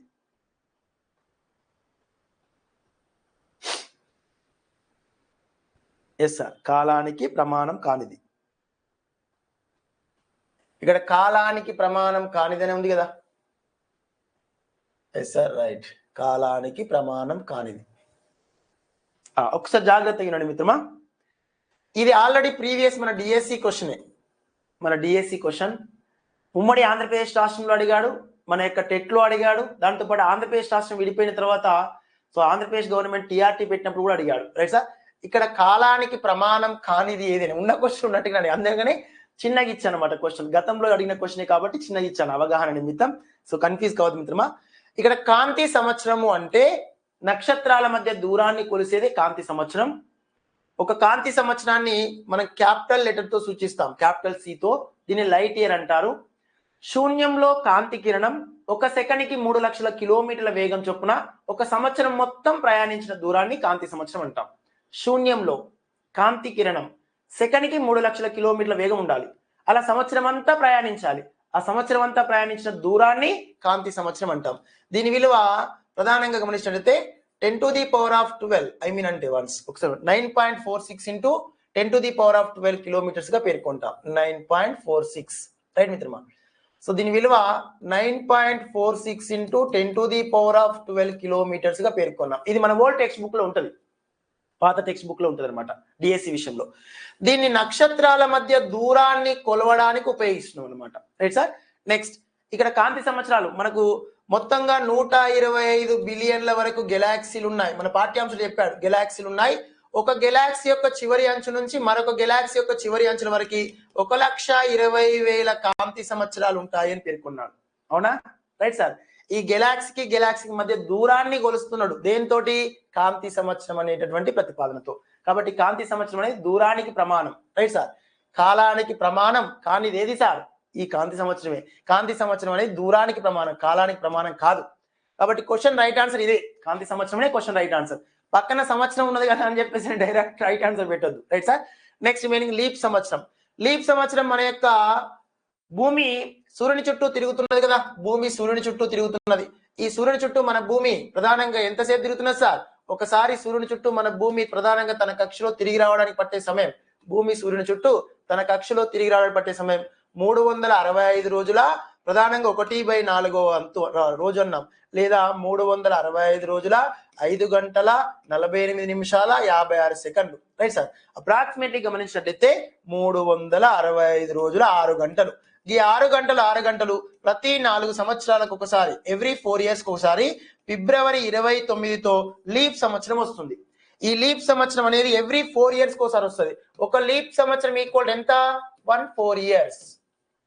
ఒక లీప్ సంవత్సరం ఈక్వల్ 4 years కాబట్టి ఎస్, లీప్ సంవత్సరం అనేది 4 సంవత్సరాలకి ఈక్వల్. Right sir. కావున లీప్ సంవత్సరాన్ని 4 సంవత్సరాలకి ఈక్వల్ గా కొలుస్తున్నాం. దీన్ని ఒక ప్రమాణంగా కొలుస్తున్నాం. 10 సంవత్సరాల్లో ఎన్ని లీప్ సంవత్సరాలు ఉంటవి? వరుసగా దశాబ్దంలో ఎన్ని లీప్ సంవత్సరాలు ఉంటాయి సార్?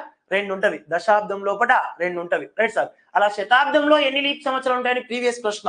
శతాబ్దం లోపల ఎన్ని లీప్ సంవత్సరాలు ఉంటాయి అని చెప్పేసి. Right sir. శతాబ్దం లోపల ఎన్ని లీప్ సంవత్సరాలు ఉంటాయంటే శతాబ్దం. Right sir. దశాబ్దం, శతాబ్దం పైన మనకు 4తో భాగిస్తే 4 1 4, 4 2 8, 2 పోయింది, 10 8 పోయింది, 10 8 పోతే ఇంకా 2 మిగిలింది కదా సార్. సో 4 1 4 2 8గా మిత్రమా 10లకి వెళ్ళి 8 పోయింది, 4 2 8 అంటే ఇంకా 2 మిగిలింది, 20 వచ్చింది. ఇక్కడ 20ని మళ్ళీ 4 4 16, సో 4 5 20, కాబట్టి 25. ఇగో 25 ఉంటవి, 25 లీప్ సంవత్సరాలు వస్తాయి ఒక దశాబ్దం లోపల. ఇలా గుర్తు పెట్టుకోవాలి మనం ప్రాపర్ గా, రైట్ సార్. అలా లీప్ సంవత్సరం గురించి ప్రీవియస్ అడిగాడు, right sir. Next meaning, so 100 సంవత్సరాలు బై మనం 4తో భాగించాలన్నమాట. 4తో భాగిస్తే 4 1 4, 4 2 8, రైట్ మిత్రమా. సో 2 8, ఇంకో 2 మిగిలింది కదా, 20 వచ్చింది కదా, మళ్ళీ 4 5 20, కాబట్టి 25 లీప్ సంవత్సరాలు వస్తుంది.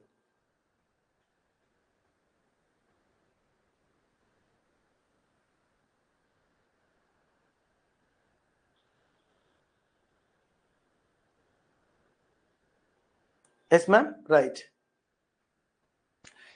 ఈ చివరిది కొట్టుడు పోకపోతే అప్పుడు ఎంతైతే శేషం మిగిలిందో అది మాత్రమే మనకు డాటా అవుతుంది అనమాట. ఇక్కడ మనకు ఆల్రెడీ డాటా మిగిలి 25 వచ్చింది కదా, 25 శేషమే మనకు లీప్ సంవత్సరాలు అన్నట్టు.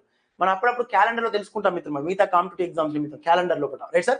ఆ తరహా ఇది లీప్ సంవత్సరం అనేది కాలాని ప్రమాణం. కాస్మిక్ సంవత్సరం అన్నాం. ఇప్పుడు మన భూమి సూర్యుని చుట్టూ ఎట్లయితే తిరుగుతుందో, ఈ సూర్యుడు కూడా వాని చుట్టూ వాడి తిరుగుతూ, వానికంటూ ఒక కక్ష ఉంటది. వీడు కూడా పాలపుంత చుట్టూ ఒక కక్షలో తిరుగుతున్నాడు, పాలపుంత చుట్టూ. ఈ సూర్యుడు తన చుట్టూ తాను తిరగడానికి 25 రోజుల టైం పడుతుంది. సూర్యుని యొక్క ఆత్మ భ్రమణ కాలం 25 రోజులు. సూర్యుని యొక్క పరిభ్రమణ కాలం వచ్చేటప్పటికి 250 మిలియన్ సంవత్సరాలు. ఇగో ఈ 250 మిలియన్ సంవత్సరాలలో వీడు పాలపుంత చుట్టూ తిరిగి వస్తున్నాడు సూర్యుడు. ఆ సూర్యుని యొక్క పరిభ్రమణ కాలం ఎంత?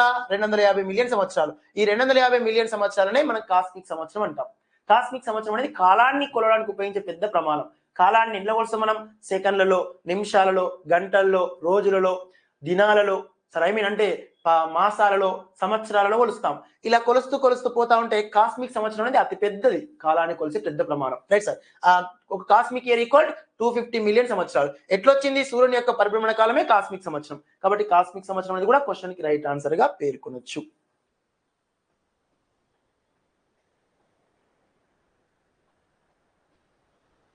Next meaning Sheikh. కాలాన్ని కొలవడానికి ఉపయోగించే చిన్న ప్రమాణం షేక్ అనేది. మన అప్పుడప్పుడు ఇస్రో వారు అంతరిక్ష వాహక నౌకలు ప్రవేశపెడతారు కదా, ప్రవేశపెట్టేటప్పుడు కౌంట్ డౌన్ స్టార్ట్ అయింది అంటాడు. 1 2 3 4 5 6 7 అని కౌంట్ డౌన్ చేస్తూ ఉంటాడు.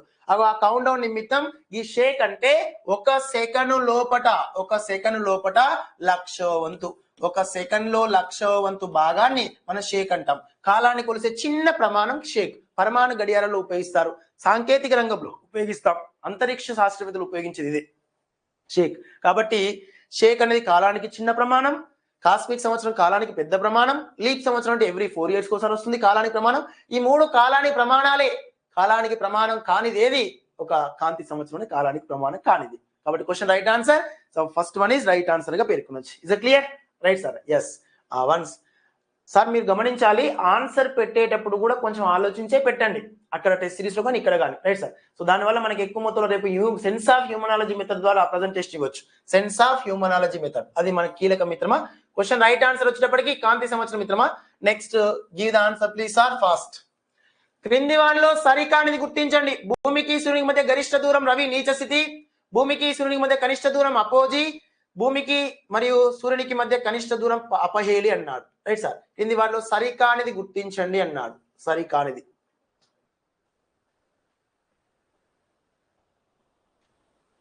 సరికానిది గుర్తించాలి మిత్రమా. ఎస్ వేణుగోపాల్ రెడ్డి గారు, Narasimha sir, Merilatha ma'am, right. ఇంకా గివ్ ద ఆప్షన్, ఆన్సర్ ఇవ్వండి సార్ అందరూ, లైవ్ లో ఉన్న మిత్రులందరూ కూడా. సార్ లైవ్ లో ఎంతమంది ఉన్న విషయం మీ అందరికీ తెలిసి ఉంటుంది, ఆల్మోస్ట్ కనిపిస్తుంది మీకు డిజిట్, రైట్ మిత్రమా. Yes very nice. హ్యాపీ గారు, ఎస్. సూరయ్య గారు, సురేష్ గారు, నరసింహరావు గారు, రైట్. సుభాష్ మ్యామ్, రైట్ మిత్రమా. భూమికి సూర్యునికి మధ్య గరిష్ట దూరాన్ని ఏమన్నా సార్? గరిష్ట దూరం అక్కడ భూమికి సూర్యుని మధ్య గరిష్ట దూరం. మనకి ఈ సూర్యుని కేంద్రకంగా చేసుకుని మన భూమి తిరుగుతుంది. ఇలా ఈ యొక్క సూర్యుని కేంద్రకంగా చేసుకొని భూమి తిరుగుతున్నప్పుడు ఈ భూమికి ఒకసారి భూమి సూర్యుని చుట్టూ తిరిగి రావడంలో భాగంగా సూర్యునికి భూమికి మధ్య 152 మిలియన్ కిలోమీటర్ల దూరం ఉంటుంది. ఒక సంవత్సరం మొత్తం లోపల జూలై 4th రోజుకి వచ్చేటప్పటికి సూర్యుడు భూమికి దూరంగా ఉంటాడు, అక్కడ ఉంటాడు. ఆ అక్కడ ఉండేటటువంటి తేదీని అపహేలి అంటాం. అపహేలినే దూరంగా ఉంటే ఉచ్ఛ్వ స్థితి, ఉచ్ఛ్వ స్థానము అంటాం. దూరంగా అంటే ఉచ్ఛ్వ స్థానం. ఇది గ్రహాల అధ్యయన శాస్త్రం. ఆస్ట్రాలజీని బట్టి నీచ స్థాయి, ఉచ్ఛ్వ స్థాయి, రెండవ పాదం, మూడవ పాదం అంటాం. Right sir. అలా ఈ అపహేలినే రవి ఉచ్ఛ్వ స్థితి అంటారు. రవి యొక్క ఉచ్ఛ్వ స్థితి అనే పేరుతో పిలుస్తాం. రిమైనింగ్ సూర్యునికి ఒక రోజు భూమి చాలా దగ్గరగా వస్తుంది. ఆ దగ్గరగా వచ్చే స్థితిని 147 మిలియన్ కిలోమీటర్ ఉంటుంది మిత్రమా. ఈ దూరం అనేది ప్రధానంగా మనం గమనించినట్లయితే మనకు పరహేలి అని పేర్కొంటాం. Right sir. పరహేలి అంటే పక్కనే ఉంటే పరహేలి, అక్కడుంటే అపహేలి. ఇది గుర్తుపెట్టుకోవాలి. అక్కడుంటే అపహేలి జూలై 4th ఏర్పడుతుంది. పక్కనే ఉంటే పరహేలి జనవరి 3rd రోజున ఏర్పడుతుంది. జనవరి 3rd. జనవరి మాసం అనగానే చలికాలం రోజున కొంచెం పక్కనే ఉంటారు. Right sir. దగ్గర ఉంటుంది. Right sir. జూలై లోపల ఎక్కువ ఉష్ణోగ్రత నమోదవుతుంది. దాంతో పాటుగా దూరంగా ఉంటారు. Right sir. ఎస్, ఇది గుర్తుపెట్టుకునే ప్రయత్నం మిత్రమా. సో అపహేలి అంటే దూరం, పరహేలి అంటే దగ్గర. ఇది జనవరి 3rd రోజున ఏర్పడుతుంది. దీన్ని రవి నీచ స్థితి అంటారు. రవి నీచ స్థితి. నీచ అంటే దగ్గర. Right sir. సో మీరేమనుకున్నారు ఒక మాట, అమ్మాయిల దగ్గరగా అబ్బాయిలు పోతే ఏమంటారు సార్? నీచుడు అంటారు. అలా రవి నీచ స్థితి అంటాం జనవరి 3rd ని. Right sir. ఇది 147 మిలియన్ కిలోమీటర్ ఉంది. ఇగో ఇక్కడ గరిష్ట దూరం తెలిసింది, కనిష్ట దూరం తెలిసింది. దీని సగటు దూరం, భూమికి సూర్యునికి మధ్య సగటు దూరాన్ని వన్స్ కనిపిస్తే సగటు విలువ ఎంత సార్? రాశుల యొక్క మొత్తము బై రాశుల యొక్క సంఖ్య అంటాం. అలా రాశుల మొత్తము బై అంటే 147 ప్లస్ 152/2. ఇది కలిస్తే మనకి 149.5 మిలియన్ కిలోమీటర్లు వస్తుంది. మీరు చదివచ్చు 149.5 మిలియన్ కిలోమీటర్లు ఒక ఆస్ట్రానమికల్ యూనిట్ అంటాం. దీన్ని ఖగోళ వస్తువుల మధ్య దూరాన్ని కూడా ఉపయోగిస్తున్నాం. కాబట్టి ఇదే. నెక్స్ట్ మీనింగ్, వీడు ఒక సూర్యుని అంటే మర్చిపోండి మిత్రమా. సూర్యుడు కాకుండా భూమిని తీసుకున్నాం అనుకోండి సార్. వీడు మధ్యలో ఉన్నవాడు భూమి అనుకుందాం. Right sir. వీడు భూమి అనుకున్నప్పుడు ఈ భూమిని కేంద్రకంగా చేసుకుని మన యొక్క చంద్రుడు తిరుగుతున్నాడు. అలా చంద్రుడికి భూమికి మధ్య గరిష్ట దూరాన్ని అపోజీ అంటారు. చంద్రునికి భూమి మధ్య గరిష్ట దూరాన్ని అపోజీ 4,06,000 కిలోమీటర్ ఉంటుంది. చంద్రునికి భూమి పక్కనే ఉంటే పరోజీ అంటాం. 3,64,000 కిలోమీటర్ ఉంటుంది. సగటు దూరం 3,84,000 కిలోమీటర్ ఉంటుంది. Right sir. అపోజీ అంటే చంద్రునికి భూమికి మధ్య గరిష్ట దూరం, ఇక్కడ కనిష్ట అన్నాడు కాబట్టి రాంగ్. భూమికి సూర్యుడి మధ్య గరిష్ట దూరాన్ని రవి ఉచ్ఛ్వస్థితి అంటాం. Wrong statement. భూమి మరియు సూర్యుడి మధ్య కనిష్ట దూరం అపహేలి అన్నాడు. Wrong statement. కనిష్ట దూరాన్ని పరహేలి అంటాం. కాబట్టి క్రింది వాటిలో సరికానిది గుర్తించండి అంటే పైవన్నీ సరికానివే. Question right answer is 4th one. Right మిత్రమా. ఎస్. నెక్స్ట్ అదే తరహాలోనే నెక్స్ట్ క్వశ్చన్ ఒకసారి గమనించండి సార్. క్రింది వారిలో ఇస్రోకి చెందిన అనిశ్చితి అంశం ఏది? ఇస్రోకి చెందినది ISRO, Indian space research organisation. ISRO, Indian space research organisation. ఇస్రోకి చెందినటువంటి ప్రతిపాదన ఏవి? దీని ప్రధాన కేంద్ర కార్యాలయం బెంగళూరులో ఉంది మిత్రమా. ఇస్రో పితామహుడు విక్రమ్ సారాభాయ్ అన్నాం. విక్రమ్ సారాభాయ్ స్పేస్ సెంటర్ తిరువనంతపురం, కేరళ రాష్ట్రంలో ఉంటుంది. సో 1969 లో ఏర్పాటు చేయబడుతుంది. సో దీని ఆధ్వర్యంలోనే మొట్టమొదటిగా మనకు Thumba equatorial rocket launching centre, Kerala రాష్ట్రంలో తుంబా అనే ప్రాంతం వద్ద మొదటి రాకెట్ ప్రవేశపెట్టాం. అలా ఇస్రో పితామహుడు విక్రమ్ సారాభాయ్, భారతదేశం మొట్టమొదటి ఉపగ్రహం ఆర్యభట్ట, దీనికి రష్యా వారు సహకరించారు. చంద్రయాన్ 3 దిగిన ప్రవేశాన్ని శివశక్తి అని నామకరణం చేశారు. చంద్రయాన్ 3 దిగిన ప్రదేశం ఆగస్టు 23వ తేదీ రోజున చంద్రయాన్ 3 అనేది దక్షిణ ధ్రువం పైన తిరిగింది మిత్రమా. ఇగో దీన్నే శివశక్తి అని పేర్కొన్నాం. ఈ ఆగస్టు 23ని నేషనల్ ప్రధానంగా స్పేస్ డే అని పేర్కొన్నాం. జాతీయ అంతరిక్ష దినం అని పేర్కొన్నాం. కావున సో కంప్లీట్ గా అనిశ్చితి అంటే సరికానిది ఏది అని అర్థం. సో అన్ని సరైనవే కాబట్టి 4th ఆప్షన్ ఏది కాదనే రైట్ ఆన్సర్. ఎస్ మిత్రమా, రైట్. నెక్స్ట్ వన్, ఒక వ్యక్తి గ్రీనిచ్ రేఖాంశంపై ఆదివారం సాయంత్రం 6 గంటలకు బయలుదేరి పశ్చిమంగా ప్రయాణించి 179 డిగ్రీ రేఖాంశం వద్ద పశ్చిమ రేఖాంశం వద్ద పోయిందట. Right sir. అప్పుడు సమయం ఎంత అన్నాడు. ఒక వ్యక్తి సో గ్రీనిచ్ రేఖాంశం పైన ఆదివారం సాయంత్రం 6 గంటలకు బయలుదేరి పశ్చిమంగా ప్రయాణించి 179 డిగ్రీ రేఖాంశం పశ్చిమ రేఖాంశం మీదకి పోయిందట. Right sir. అప్పుడు సమయం ఎంత అన్నాడు. Right sir. Give the answer please sir.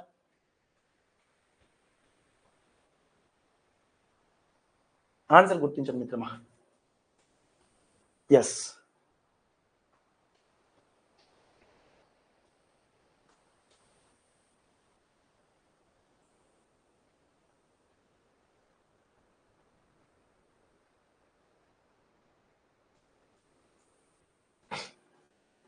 Continuation మనకి పీపీటీ అనేది మన టెస్ట్ సిరీస్ ఇట్లా తీసుకున్నప్పుడు మిత్రమా కొంత పీపీటీ అనేది లాస్ట్ చివరి అక్షరాలు మిస్ అవుతున్నవి. ఇక్కడ 179 డిగ్రీ పశ్చిమ 179 డిగ్రీ పశ్చిమ వైపున పశ్చిమ రేఖాంశం వద్ద ఎంత అన్నాడు. పశ్చిమ రేఖాంశం వద్ద ఎంత? Give the answer please.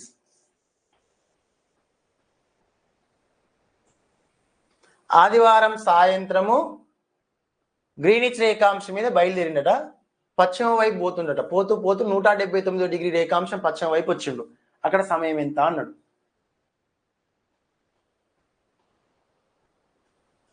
Answer తెలియపరచాలి, కొంచెం లాజిక్ గా ఆలోచించి పెట్టండి సార్. 11వ క్వశ్చన్ కి ఆన్సర్ ఏంటి?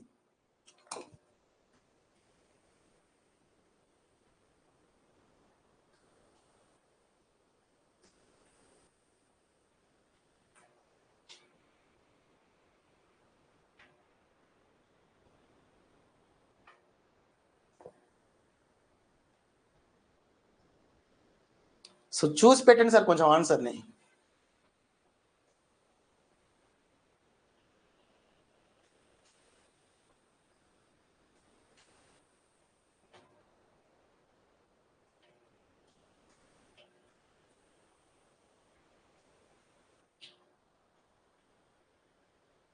Right sir, yes, very nice Sunitha ma'am, right sir.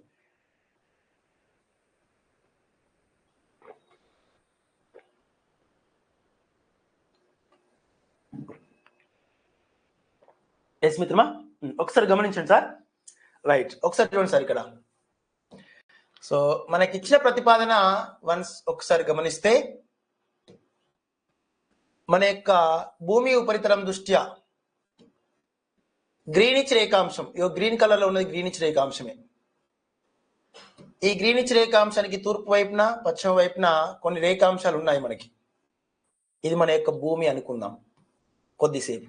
Right మిత్రమా, ఇలా ఉన్నటువంటి మన యొక్క రేఖాంశాల దృష్ట్యా, రైట్ సార్, అవతల వైపున 180 డిగ్రీ రేఖాంశం ఉన్నది. అదే ఇది 180 డిగ్రీ రేఖాంశం. ఈ గ్రీన్ కలర్ది 0 డిగ్రీస్ రేఖాంశం. రైట్ మిత్రమా, గ్రీనిచ్ రేఖాంశం. మనకు గ్రీనిచ్ రేఖాంశం వద్ద ఉదయం 6 గంటలు అన్నాడు, సాయంత్రం 6 గంటలు, సాయంత్రం 6 గంటలు, 6 గంటలు పిఎం. రైట్ సార్, మనకి గ్రీనిచ్ రేఖాంశం వద్ద ఎంత అవుతుందో క్వైట్ అపోజిట్ అవతల వైపున 180 డిగ్రీ రేఖాంశం వద్ద కూడా అంతే అవుతుంది. కాకపోతే అది ఇటు పగలుంటే అటువైపు రాత్రి ఉంటుంది. రైట్ సార్, మనం గ్రీనిచ్ రేఖాంశం వద్ద మిట్ట మధ్యాహ్నం 12 గంటల సమయాన్ని తీసుకున్నప్పుడు అప్పుడు 180 డిగ్రీ తూర్పు పశ్చిమ రేఖాంశం వద్ద అర్ధరాత్రి 12 గంటలు అవుతుంది అనమాట. ఈ అర్ధరాత్రి 12 గంటలని 180 డిగ్రీ రేఖాంశం ఒకవైపు ఒక దినం ఉంటే మరొక వైపు ఇంకో దినం ఉంటుంది. అందుకే 180 డిగ్రీ తూర్పు పశ్చిమ రేఖాంశాన్ని ఇంటర్నేషనల్ డేట్ లైన్ అని పేర్కొన్నాం, అంతర్జాతీయ దినరేఖ అన్నాం. రైట్ సార్, ఇక్కడ మనకి గ్రీనిచ్ రేఖాంశం మీద మిట్ట మధ్యాహ్నం 12 అయింది అనుకుందాం కొద్దిసేపు. మిట్ట మధ్యాహ్నం 12 అయింది. రైట్ సార్, 12 తర్వాత తూర్పుకి వెళ్తున్నప్పుడు సమయం ఏమవుతుంది, పెరుగుతుంది. అలా 12 తర్వాత ఒక్కొక్క డిగ్రీ రేఖాంశానికి 4 నిమిషాల సమయం పెరుగుతుంది. 4 నిమిషాలు ప్లస్, తూర్పుకి వెళ్తే ప్లస్. అదే పశ్చిమ వైపు వస్తే 4 నిమిషాలు ఏమైతే సార్ తగ్గుతుంది. ఈ 12లోకి వెళ్ళి పశ్చిమ వైపు తగ్గుతుంది, 12లోకి వెళ్ళి అటువైపు పోతే పెరుగుతుంది. ఇక్కడ 12 అవుతుంది. మనం ఈ రోజే అనుకుందాం ఆదివారం రోజు. ఈ ఆదివారం 12 తర్వాత ప్లస్ ముందుకు పోతున్నాం, పోతూ 180 డిగ్రీ రేఖాంశం మీద పోయేటప్పటికి అర్ధరాత్రి 12 అయింది. అంటే ఇక్కడ ఉన్నోనికి మిట్ట మధ్యాహ్నం 12 అయినప్పుడు అక్కడ ఉన్నోనికి అర్ధరాత్రి 12 అవుతుంది. అదే ఇక్కడ ఉన్నోనికి సాయంత్రం 6 అయినప్పుడు అక్కడ ఉన్నోనికి ఏమైంది సార్, ఉదయం 6 అవుతుంది. ఇక్కడ ఉన్నోనికి ఏమైంది సార్, ఉదయం 6 గంటలు. రైట్ మిత్రమా, ఇలా మనం అపసవ్య దిశలో తిరుగుతున్నాం ఈ తరహాలో. రైట్ సార్, ఇలా తిరుగుతూ ఇలా పోతా ఉన్నాం కాబట్టి వీనికి 6 గంటలు అయింది మిత్రమా. రైట్ మిత్రమా, 6 గంటలు అయింది. ఇక్కడ వీడు పశ్చిమ వైపే పోతున్నాడు, కాకపోతే క్యాల్కులేషన్ చూడండి సార్, 6 గంటలు అవుతుంది గ్రీనిచ్ రేఖాంశం మీద సాయంత్రం. మనం పశ్చిమ వైపు పోతుంటే సమయం ఏమైతే సార్ తగ్గుతుంది. ఇక్కడ ఎంత అవుతుంది, ఉదయం 6 గంటలు అవుతుంది. మరి 179 డిగ్రీ రేఖాంశం, ఈ పశ్చిమ వైపున 179 రేఖాంశం ఎంత సార్, 6 గంటల 4 నిమిషాలు అవుతుంది. 1 డిగ్రీ 180 డిగ్రీ రేఖాంశానికి 179 రేఖాంశాల మధ్య కాల వ్యత్యాసం ఎంత, ఒక 4 నిమిషాలు ఉంటుంది. ఆ 4 నిమిషాలు ఇక్కడ 6 అయింది సాయంత్రం, అక్కడ ఏమైంది సార్, ఉదయం 6 అయింది. 6 తర్వాత ఇటువైపు 179 రేఖాంశం ఎంత అయితే సార్, 6 గంటల 4 నిమిషాలు అవుతుంది. రైట్ సార్, అలా 6 గంటల 4 నిమిషాలని సమయం వ్యత్యాసం. రైట్ మిత్రమా, రైట్. ఇక్కడ ఆదివారం ఉదయం 5 గంటల 56 నిమిషాలు అన్నాడు. ఆదివారం ఉదయం 5 గంటల 56 నిమిషాలు. ఈ 5 గంటల 56 నిమిషాలు ఈ తూర్పు వైపు ఉన్నప్పుడు అవుతుంది. తూర్పు వైపు ఉన్నటువంటి 179 రేఖాంశం మీద ఉంటుంది అనమాట. వీరికి 179 రేఖాంశం మీద 5 గంటల 56 నిమిషాలు అవుతుంది. 180 మీద పోగానే 6 అవుతుంది. రైట్ సార్, వీనికి ఇక్కడ ఎంత అవుతుంది సార్? ఉదయం 6 అవుతుంది కదా, అప్పుడు వీనికి రాత్రి 6 అవుతుంది, వీనికి సాయంత్రం 6 అయితే వానికి ఉదయం 6 అవుతుంది. అలా 6 తర్వాత పశ్చిమ వైపున 179 రేఖాంశం అంటే ఏమైంది సార్? 6 గంటల 4 నిమిషాలు అవుతుంది. క్వశ్చన్ రైట్ ఆన్సర్ 6 గంటల 4 నిమిషాలు మనకు ఉదయం అవుతుంది. రెండోది రైట్ ఆన్సర్. జస్ట్ ఇమాజినేషన్ మళ్ళీ ఒకసారి సార్. ఇక్కడ ఉదయం 6, ఇక్కడ ఉదయం అయితే అటువైపు రాత్రి అవుతుంది, ఇక్కడ ఉదయం 7 అయితే అక్కడ రాత్రి 7 అవుతుంది, ఇక్కడ రాత్రి 7 అయితే అక్కడ ఉదయం 7 అవుతుంది. Right sir. ఈ 0 డిగ్రీ రేఖాంశానికి క్వైట్ అపోజిట్ 180 డిగ్రీ రేఖాంశం 180 రేఖాంశాల వ్యత్యాసం ఉంటుంది. 180 రేఖాంశాలు అంటే 12 గంటల వ్యత్యాసం. క్వైట్ భూమి తన చుట్టూ తను మొత్తం తిరగడానికి 24 గంటలు, అందులో 12 గంటల వ్యత్యాసం ఉంటుంది. ఇగో ఇక్కడ మనకి ఉదయం 6 అయింది, ఇక్కడ ఉదయం 6. Right sir. ఎస్ మిత్రమా, ఈ ప్రాంతం లోపల ఉదయం 6 అయింది. మరి ఇక్కడ ఉదయం 6 అయినప్పుడు రైట్ మిత్రమా, మనం తూర్పుకు పోతలేం. ఆయన ఏమన్నాడు? బయలుదేరి 6 గంటలకు బయలుదేరి పశ్చిమానికి ప్రయాణించిండు అన్నాడు. ఇగో ఇటు పశ్చిమ వైపు ప్రయాణించి 179 డిగ్రీ పశ్చిమ రేఖాంశం అది ఎంత అవుతుంది అన్నాడు. ఇటువైపు 179 డిగ్రీ పశ్చిమ రేఖాంశం ఉన్నది, ఇటువైపు 179 తూర్పు రేఖాంశం ఉన్నది. Right sir. మనకి ఇక్కడ 6 అవుతుంది, అక్కడ ఎంత అవుతుంది? ఇక్కడ 6 PM అంటే అక్కడ 6 AM. 6 AM తర్వాత ఒకవేళ క్వశ్చన్ లో తూర్పు వైపు 179 రేఖాంశం అది ఎంత అంటే 5 గంటల 56 నిమిషాలు అవుతుంది. 5 గంటల 56 నిమిషాలు. అది ప్రధానంగా గమనించినట్లయితే ఇక్కడ PM మనకు ఉదయమే అవుతుంది, ఇక్కడ కూడా ఉదయమే అవుతుంది మిత్రమా. 5 గంటల 56 నిమిషాలు అవుతుంది. ఈ 5 గంటల 56 నిమిషాల నుంచి ఒక రేఖాంశం 180 వస్తే 6 అవుతుంది, వీనికి సాయంత్రం వానికి ఉదయం. ఇక్కడ నుంచి నెమ్మది ఇటువైపు వస్తే 179 రేఖాంశం 6 గంటల 4 నిమిషాలు అవుతుంది. వీడు పశ్చిమానికే బయలుదేరాడు, పశ్చిమానికి బయలుదేరి తీరా 179 రేఖాంశం ఉన్నప్పుడు వీనికి ఎంత అవుతుంది సార్? 6 గంటల 4 నిమిషాలు అవుతుంది అనమాట. 6 గంటల 4 నిమిషాలు. క్లియరా? Yes sir no sir? Just imagination చేసుకోండి. ఇక్కడ 6 మీరు మైండ్ సెట్ లో మీ మైండ్ సెట్ ని ఒకసారి క్లియర్ చేసుకోండి సార్. బ్యాక్ పోతున్నాం, 6 నుంచి వెళ్ళి బ్యాక్ పోతుంటే ప్రతి 15 నిమిషాలకు ఒక్కొక్క గంట చేంజ్ అవ్వకుండా చేయకుండా కూడా పోతున్నాం. అట్లా 6 నుంచి వెళ్ళి 5, 4, 3, 2, 1 అని చెప్పేసి ఇట్లా పోతూ వీనికి 6 PM అవుతుంది, వానికి అక్కడ 6 ఉదయం AM అవుతుంది. ఈ 179 రేఖాంశం పశ్చిమ రేఖాంశం వద్ద ఇటు నుంచి మిగిలితే మనం ఏది సార్? ప్లస్ అయితే కదా సమయం. అలా 6 గంటల 4 నిమిషాలు ఇక్కడ అవుతుంది అనమాట పశ్చిమ వైపున. కాబట్టి క్వశ్చన్ రైట్ ఆన్సర్ 6 గంటల 4 నిమిషాలు రైట్ ఆన్సర్ అవుతుంది. ఎస్ మిత్రమా, రైట్. Next one. ఒక వ్యక్తి అంతర్జాతీయ దినరేఖ నుండి 15 డిగ్రీల తూర్పు రేఖాంశం వైపునకు ప్రయాణించినప్పుడు కాలానికి స్థానిక కాలానికి 15 డిగ్రీలు ఎంత వ్యత్యాసం పెరుగుతుంది అన్నాడు.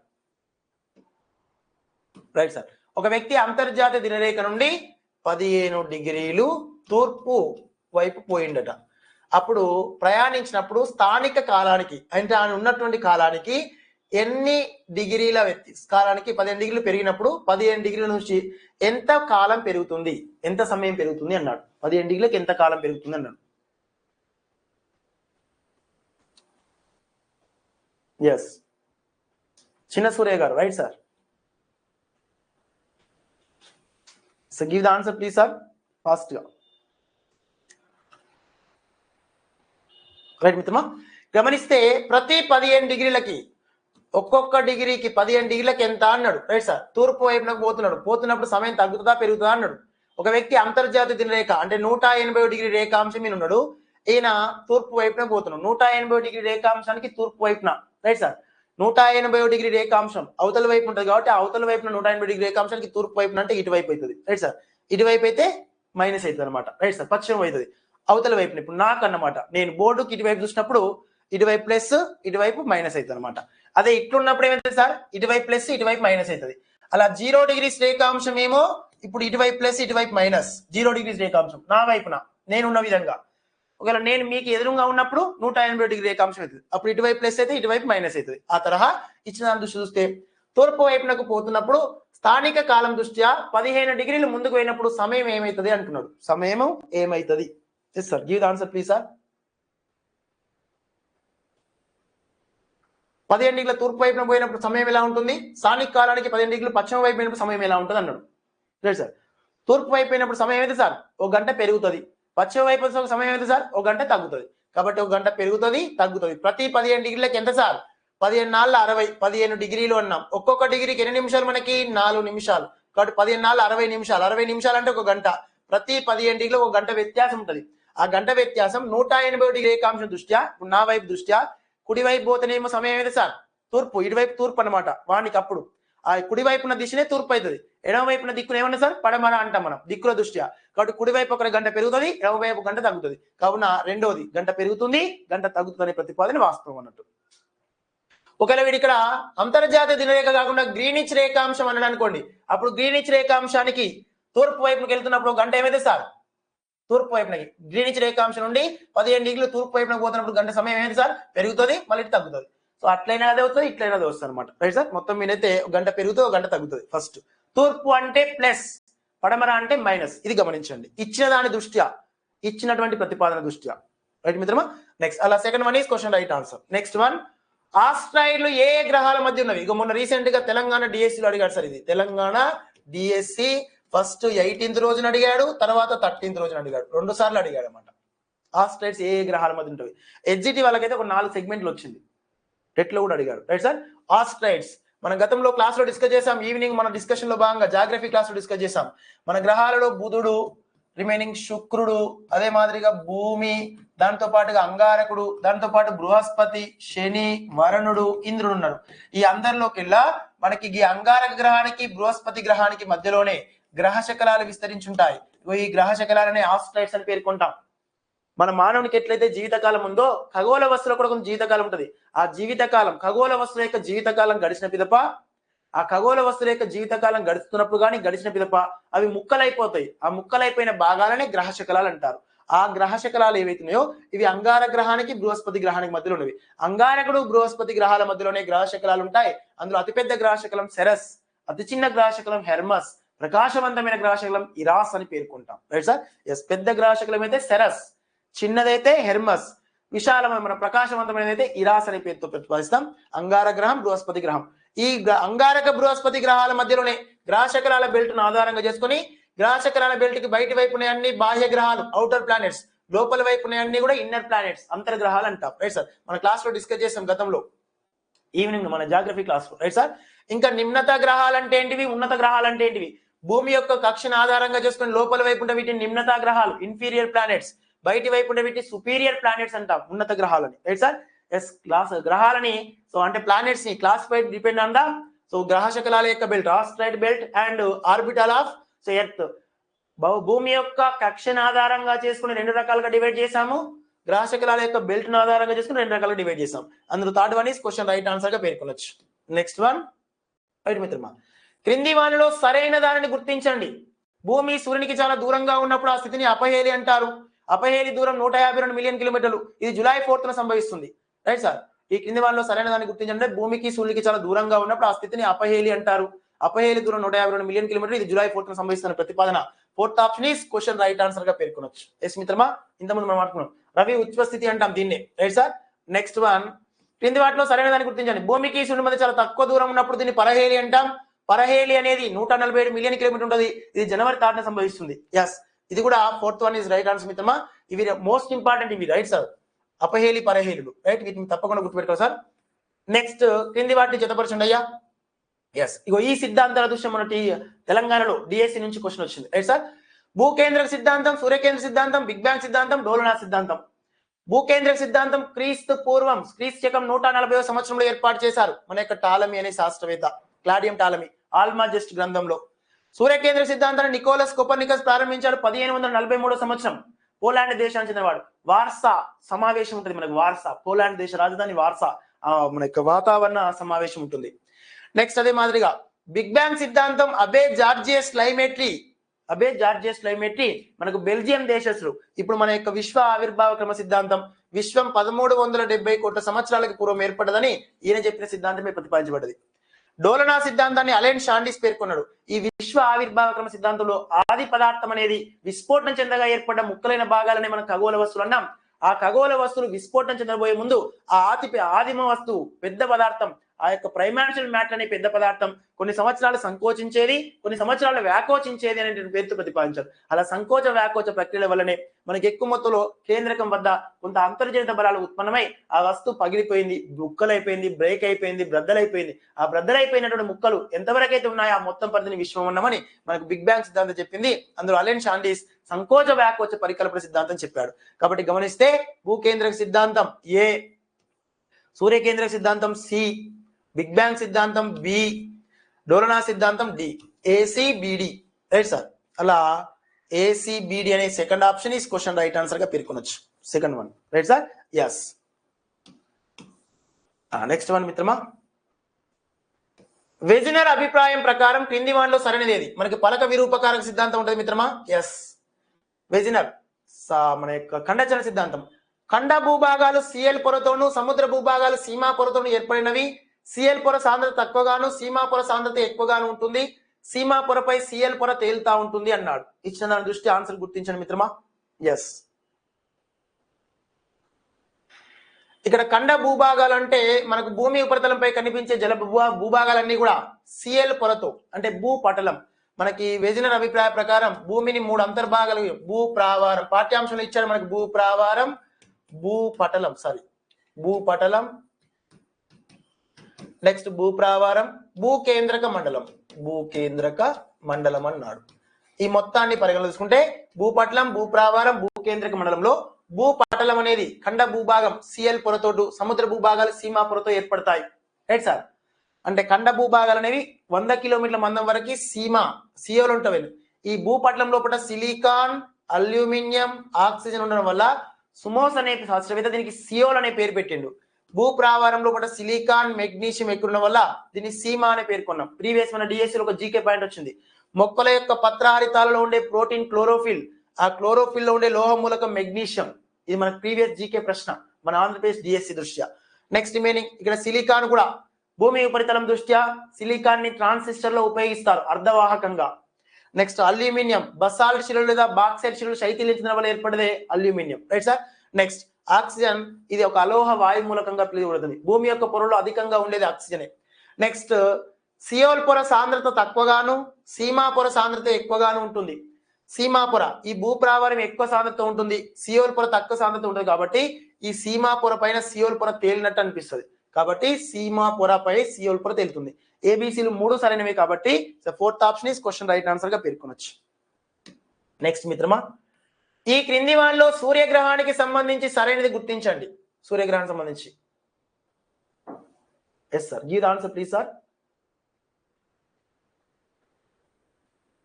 సూర్యగ్రహణం అమావాస్య రోజున మాత్రమే సంభవిస్తుంది. భూమికి సూర్యునికి మధ్యలో చంద్రుడు వచ్చినప్పుడు ఏర్పడుతుంది. అన్ని అమావాస్యల్లో ఏర్పడదు రైట్ సార్. అన్ని అమావాస్యల్లో ఏర్పడదు కాబట్టి సో దీన్ని ప్రధానంగా ఏమని పేర్కొన్నారు సార్? సో అన్ని అమావాస్యలు సూర్యగ్రహణాలు కావు, కానీ అన్ని సూర్యగ్రహణాలు అమావాస్యలే కావున అన్ని సరైనవే. కావున సో పైవన్నీ సరైనదనే fourth option question right answer గా పేర్కొనొచ్చు. నెక్స్ట్, చంద్రగ్రహణం ఎప్పుడు ఏర్పడుతుంది? చంద్రగ్రహణం సూర్యుడు భూమి చంద్రుడు, చంద్రుడు సూర్యుడు భూమి, భూమి చంద్రుడు సూర్యుడు, వీటి దృష్ట్యా చంద్రగ్రహణం ఎప్పుడు ఏర్పడుతుంది? 19th one. సూర్యునికి చంద్రునికి మధ్య భూమి అడ్డంగా వచ్చి ఒకే సరళ రేఖ మార్గంలో వీళ్ళు ఉన్నప్పుడు మనకి ప్రధానంగా ఏం ఏర్పడుతుంది సార్? చంద్రగ్రహణం ఏర్పడుతుంది. కావున first option is question right answer. Yes మిత్రమా, right, very nice. Next question, వేసవి కాలంలో క్రిస్మస్ జరుపుకునే దేశం ఏది? Give the answer please sir. వేసవి కాలంలో క్రిస్మస్ జరుపుకునే దేశం. క్రిస్మస్ ఎప్పుడు వస్తుంది సార్? సాధారణంగా డిసెంబర్ లో వస్తుంది.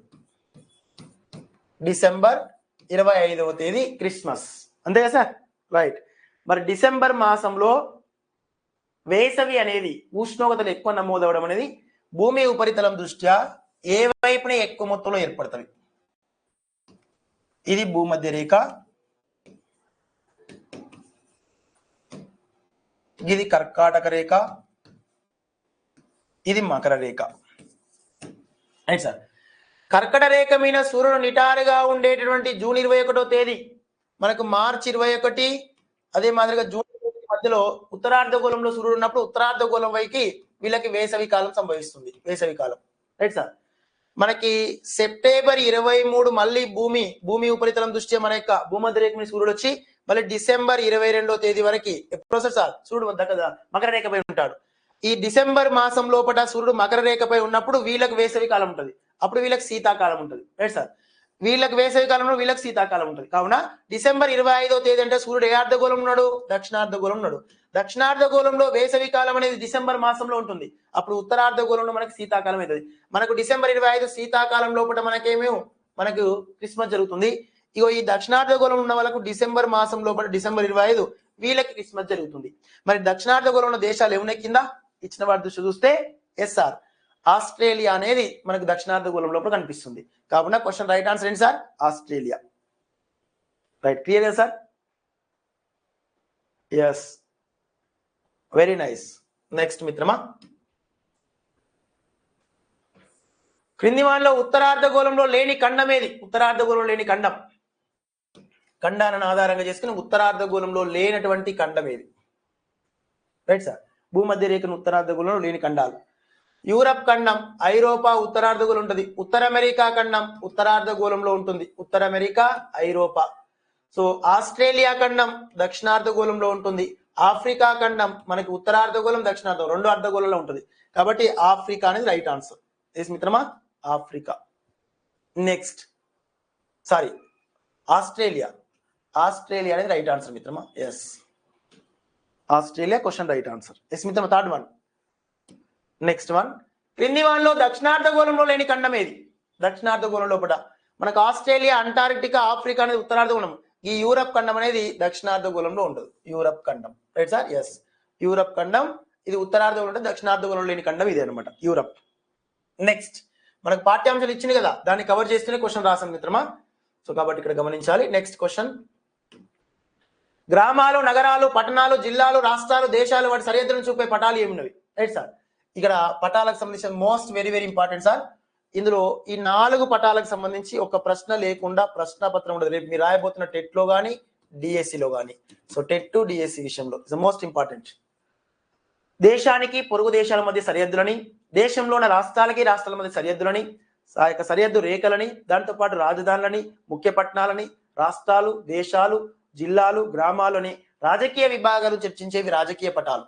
రైట్ సార్, కంటితో చూసి ముట్టుకుంటే అనుభూతి కలిగేటటువంటి కొండలు, పర్వతాలు, మైదానాలు, పగులు లోయల గురించి చర్చించేది భౌతిక పటాలు. రైట్ సార్, ఏదైనా ఒక విషయం చూసి అవగాహన పొందలేనివి, కేవలం మనసుకు మాత్రమే అనుభూతిని కల్పించేవి జనాభా, అక్షరాస్యత, శీతోష్ణ స్థితి, వ్యవసాయము, ఖనిజాలు, తదితర అంశాలు ఏమిటి, మతాలు, సంస్కృతి అంశాలు, భాషల గురించి, వీటి గురించి తెలియపరిచేటటువంటి విషయ నిర్దిష్ట పదాలు. ఈ విషయ నిర్దిష్ట పదాలు ఒక పటం దృష్ట్యా ఒకే అంశం గురించి చర్చిస్తుంది. ఒక పటం కేవలం ఒక విషయం గురించి మాత్రమే చర్చిస్తుంది. అవే విషయ నిర్దిష్ట పదాలు. సో జనసాంద్రత కానీ, అక్షరాస్యత కానీ, జనాభా కానీ, దాంతోపాటు స్త్రీ పురుష నిష్పత్తి కానీ, శీతోష్ణి కానీ, నేలల గురించి కానీ, ఖనిజాల గురించి కానీ, రైట్ సార్, ఎక్కువ వర్షపాతం, తక్కువ వర్షపాతం, ఇలాంటి అంశాలు. Right sir. నెక్స్ట్ భౌతిక పటాలు. ఈ భౌతిక పటాలు అనేవి భౌతిక రాజకీయ పటాలు. సో ఇక్కడ మనం మాట్లాడుకున్న భౌతిక రాజకీయ పటాలు. రైట్ సార్, ఇక్కడ గ్రామాలు, నగరాలు, పట్టణాలు, జిల్లాలు, రాష్ట్రాలు, దేశాలు వీటన్నిటి గురించి తెలియపరిచేవి రాజకీయ పటాలని పేర్కొంటాం. ఏముంటాయి సార్? రాజకీయ పటాలు వీటన్నిటి గురించి తెలియపరుస్తుంది. Question right answer is first one. Yes మిత్రమా. నెక్స్ట్, పర్వతాలు, పీఠభూములు, మైదానాలు, సముద్రాలు, నదులు, ఎడారులు, భౌగోళిక స్వరూపాల గురించి వివరించే పటాలు ఏమున్నవి? ఇక్కడ పర్వతాలు, పీఠభూములు, మైదానాలు, దాంతోపాటు సముద్రాలు, నదులు, ఎడారులు, భౌగోళిక స్వరూపాల గురించి చర్చించేటటువంటి పటాలు. భౌగోళిక అని డైరెక్ట్ అన్నాడు కాబట్టి ఆల్రెడీ అక్కడ ఏముంటాయి సార్? భౌతిక పటాలు అనేది రైట్ ఆన్సర్ అవుతుంది. భౌతిక పటాలు. ఎస్ మిత్రమా, రైట్. నెక్స్ట్ వన్, మహాసముద్రాలన్నింటిలోకెల్లా పెద్దది. మహాసముద్రాలన్నింటిలోకెల్లా పెద్ద సముద్రం ఏ సార్? ఎస్, పసిఫిక్ మహాసముద్రం డెల్టా ఆకారంలో ఉంటది. అట్లాంటిక్ మహాసముద్రం ఎస్ ఆకారంలో ఉంటది. హిందూ మహాసముద్రం ఎం ఆకారంలో ఉంటది. అంటార్టికా మహాసముద్రం దీనికి ఏ ఆకారం లేదు. మళ్ళీ ఏ అంటే ఏ అనుకునేరు, అసలు ఆకారమే లేదన్నమాట. ఆకారం లేనిది, అధికారికంగా నామకరణం లేనిది అంటార్టికా మహాసముద్రం. ఈ అంటార్టికా మహాసముద్రం ఈ మూడిటి యొక్క సంకలనంతో ఏర్పడుతుంది అనమాట. మూడిటి యొక్క సంకలనంతో ఏర్పడుతుంది.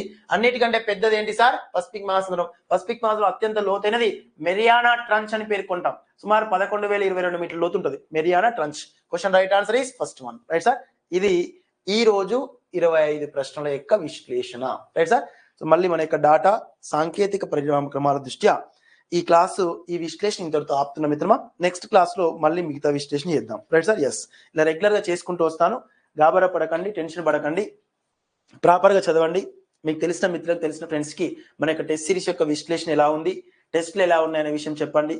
బయట ప్రపంచంలో ఇంతవరకు ఎవరు తెలుగు 2 రాష్ట్రాలలో టెస్ట్ పెట్టి వీడియో ఎక్స్ప్లెనేషన్ చేసే వాళ్ళు ఎవరు లేరు. Right sir.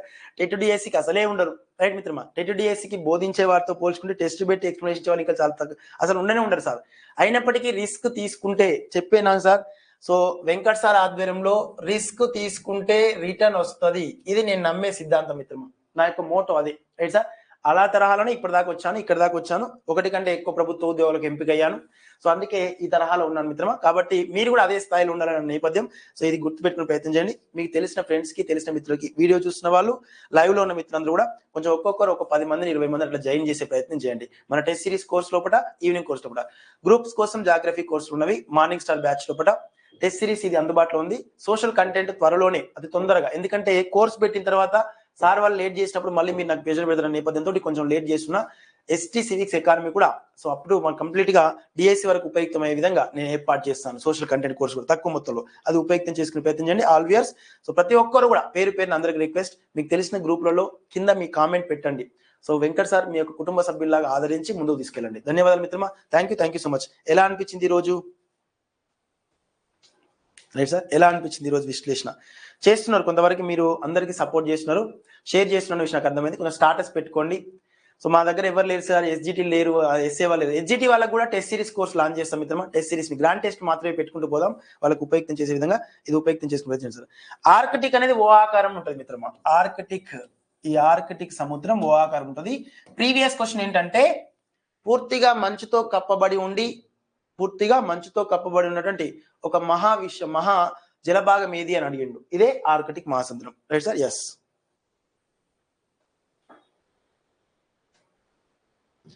So Lavanya ma'am తప్పకుండా. Subhashini ma'am thank you ma'am. Right sir, thank you so much. YouTube లో కూడా చూడండి సార్, యూట్యూబ్ లో కూడా అక్షాంశాల రేఖాంశాల పైన మీకు ఒకవేళ అక్షాంశాల రేఖాంశాల పైన యూట్యూబ్ లో రేఖాంశాల దృష్ట్యా ఫస్ట్ స్టార్టింగ్ లో ఒక వీడియోలో అప్లోడ్, లైవ్ కాకుండా వీడియోలో ఉంటుంది సార్. అక్షాంశాల రేఖాంశాల ప్రస్తావన, టైం సీక్వెన్స్ ఎలా తెలుసుకోవాలనే విషయాలు కూడా ఉంటుంది, ఒకసారి చూడండి. అప్పటికి లేకపోతే మళ్ళీ ఒక టెస్ట్ పెడతాను. Right sir, yes. Fatima Mohammed గారు థ్యాంక్ యూ మిత్రమా.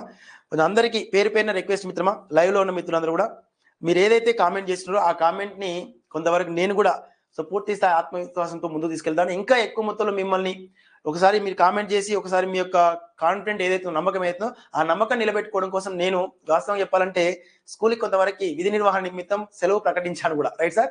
సో మధ్యలో ఇప్పుడు ఈ 317 జీవో దాని దృష్ట్యా కొంతవరకు అప్పుడప్పుడు పోవాల్సి వస్తుంది. సో మీరు మీకు తోచిన విధంగా మీకు తెలిసిన మిత్రులకు తెలిసిన ఫ్రెండ్స్ షేర్ చేయండి. కొంచెం దయచేసి తెలంగాణ వల్ల వేయకండి.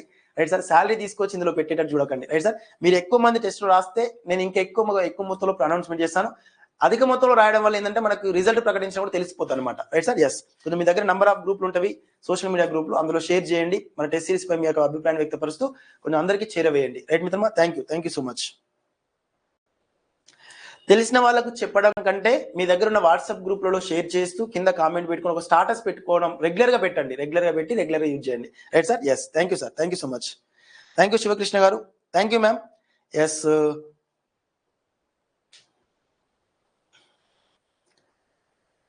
ఎఫ్సిబియా, right ma'am, thank you so much ma'am. Kotesh garu thank you. Right, all yours. Live లో ఉన్న మిత్రులందరూ కూడా థ్యాంక్ యూ మిత్రమా. Yes Lakshmi thank you ma'am. Once అందరూ కూడా షేర్ చేయండి సార్. ఎస్, స్టాటస్ పెట్టుకొని షేర్ చేయండి మిత్రమా. So thank you. మళ్ళీ నెక్స్ట్ క్లాస్ లో మీట్ అయిదాం. వీళ్ళైతే ఈవినింగ్ 7 PM వరకు మళ్ళీ క్లాస్ తీసుకుంటారు మిత్రమా. నోటిఫికేషన్ వస్తుంది, మీకు నోటిఫికేషన్ వస్తే క్లాస్ ఉన్నట్టు. మధ్యలో ఈ వర్షాల వల్ల కొంచెం లేట్ అవుతుంది. రైట్ సార్, ఈ రోజు శీతోష్ణ టాపిక్ పైన ఎగ్జామ్ ఉంటుంది. రేపు ప్రజలు, నివాసాలు, జనాభా అనే టాపిక్ పైన ఎగ్జామ్ ఉంటుంది. దాంతో పాటు నెక్స్ట్ మధ్యలో మీరు మిత్రులు ఒకసారి నాకు ప్రస్తావన చేశారు. 9th క్లాస్ లో సహజ వనరులు, వన్యమృగాలు అనేటటువంటి పాఠ్యాంశం ఉంది సార్. సహజ ఉద్యోగ సంపద, ఆ పాఠ్యాంశం మిస్ అయింది అన్నాడు. మిస్ కాలేదు, అంతకుముందు మనకు ఈ అడవులకు సంబంధించిన అంశాలకు అక్కడక్కడ ఇంట్రడ్యూస్ చేశాను. మళ్ళీ ఒకసారి నేను క్లాస్ చెప్తాను. అడవులు అనే పాఠ్యాంశాన్ని ఇంట్రడ్యూస్ చేశాను, క్వశ్చన్స్ ని. ఒకసారి దానిపైన ప్రత్యేక మన టెస్ట్ పెట్టుకున్నాం. గ్రాండ్ టెస్ట్ లోపల ఆ టెస్ట్ ని ఎక్కువ మొత్తం కవర్ చేస్తాను. గ్రాండ్ టెస్ట్ లోపల ఆ టాపిక్ ని ఎక్కువ కవర్ చేసుకుని తీసుకొస్తాను గ్రాండ్ టెస్ట్ లోపల. Right sir, yes. ఈ మధ్యలో ప్రిపరేషన్ హాలిడే ఉంది కదా, ప్రిపరేషన్ హాలిడే రోజు ప్రజలకు సంబంధించిన, జనాభాకు సంబంధించిన అంశంపై టాపిక్ ఉంటుంది. మరుసటి రోజు మళ్ళీ గ్రాండ్ టెస్ట్ యథావిధిగా ఉంటుంది. Right sir, yes. ప్రశ్నల యొక్క సంఖ్యతో సంబంధం లేదు మనకి, టాపిక్ అంతా కవర్ కావాలి. రేపు మీరు ఎగ్జామ్ లో ప్రజెంటేషన్ ఇవ్వాలి, రేపు సర్వీస్ రావాలి. అదే నా ధ్యేయం. రైట్ సార్, అదే తరహాలో ముందుకెళ్తాను. ఓకేనా? Right sir, yes. Thank you sir. Any more doubts sir? ఇంకేమైనా డౌట్స్ ఉన్నాయా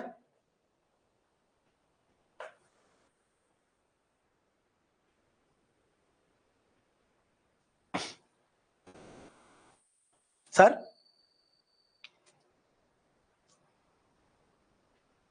చెప్పరు. ఓకేనా sir? Thank you sir. Right sir. Okay. So Venugopal Reddy sir, thank you sir, thank you so much. కొంచెం క్వశ్చన్ పర్ఫెక్ట్ చదవండి సార్. సో ప్రశ్న చదవండి, ప్రశ్నలో పదం చదవండి, పదంలో ఉన్న లెటర్ కూడా అక్షరం కూడా చదవాలి sir. Yes Rajyalakshmi ma'am, thank you ma'am. Share చేయడం మర్చిపోద్దు, స్టాటస్ పెట్టడం మర్చిపోద్దు, వెంకట్ సార్ సపోర్ట్ చేయడం మర్చిపోద్దు. Right sir? మీకోసం ఎంతవరకు పాసిబుల్ అవుతుంది అంతవరకు కంప్లీట్ గా నేను ఎఫర్ట్ పెడతాను సార్, అది గమనించండి. గ్రూప్స్ వాళ్ళకి కూడా క్లాసెస్ ఉంటాయి. టెస్ట్ సిరీస్ క్వశ్చన్స్ అనేవి చాలా బాగున్నాయి sir. Yes inter quick revision sir, inter quick revision PDF ready అవుతుంది, రెడీ కాగానే పెడతాం మ్యామ్. సునీత మ్యామ్, మీరు అడగక ముందుకి నేను అన్ని అప్రూవల్ చేస్తూ ఉంటాను. వన్స్ మిత్రమా, ఎస్ చేస్తున్నాను. Right sir? Yes thank you మిత్రమా, thank you so much.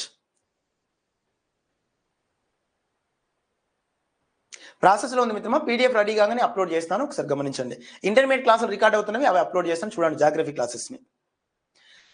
Classes ma'am, once మనకి ఈవినింగ్ క్లాస్ ఏదైతే ఆ ఈవినింగ్ క్లాస్ లో ఉంటుంది జాగ్రఫీ క్లాసెస్. 299 రూపీస్ కే ఈవినింగ్ క్లాసెస్ వస్తాయి మ్యామ్. ఇప్పుడు 7th క్లాస్ నడుస్తుంది, 8th 9th 10th అయిపోయేటప్పటికి మీకు ఆల్మోస్ట్ ఇంటర్మీడియట్ జాగ్రఫీ కూడా అప్లోడ్ అవుతుంది, అది ఉపయోగం చేసుకోండి. Yes sir, right sir. So Krishna sir, thank you sir, thank you so much.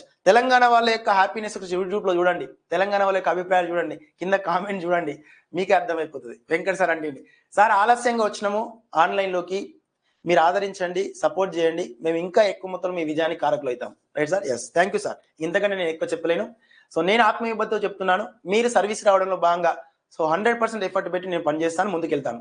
మీరు ఆత్మనిర్భరతో చెప్పండి, మన యాప్ ని ముందుకు తీసుకెళ్ళండి, సర్వీస్ మీకు ఎక్కువ మొత్తంలో మీకు తెలిసిన మిత్రులకు షేర్ చేయండి. Right sir? అది మీ ఆత్మనిర్భరతను ఆధారంగా తీసుకుని డిపెండ్ అయ్యింది. Right sir? నేనైతే నమ్ముతున్న మిత్రమా మిమ్మల్ని, ఇది గమనించండి. Right sir? Yes thank you sir. Venugopal Reddy sir, thank you sir, thank you so much. మీరు మాకు వరం sir. Thank you sir. So తప్పకుండా మీకు జాబ్ వచ్చిన రోజు అది నిజం చేస్తాం మిత్రమా. ఆ పదానికి నిజం చేయడం కోసం నా వంతు ప్రయత్నం నేను చేస్తాను. Right sir? Yes thank you sir, thank you so much.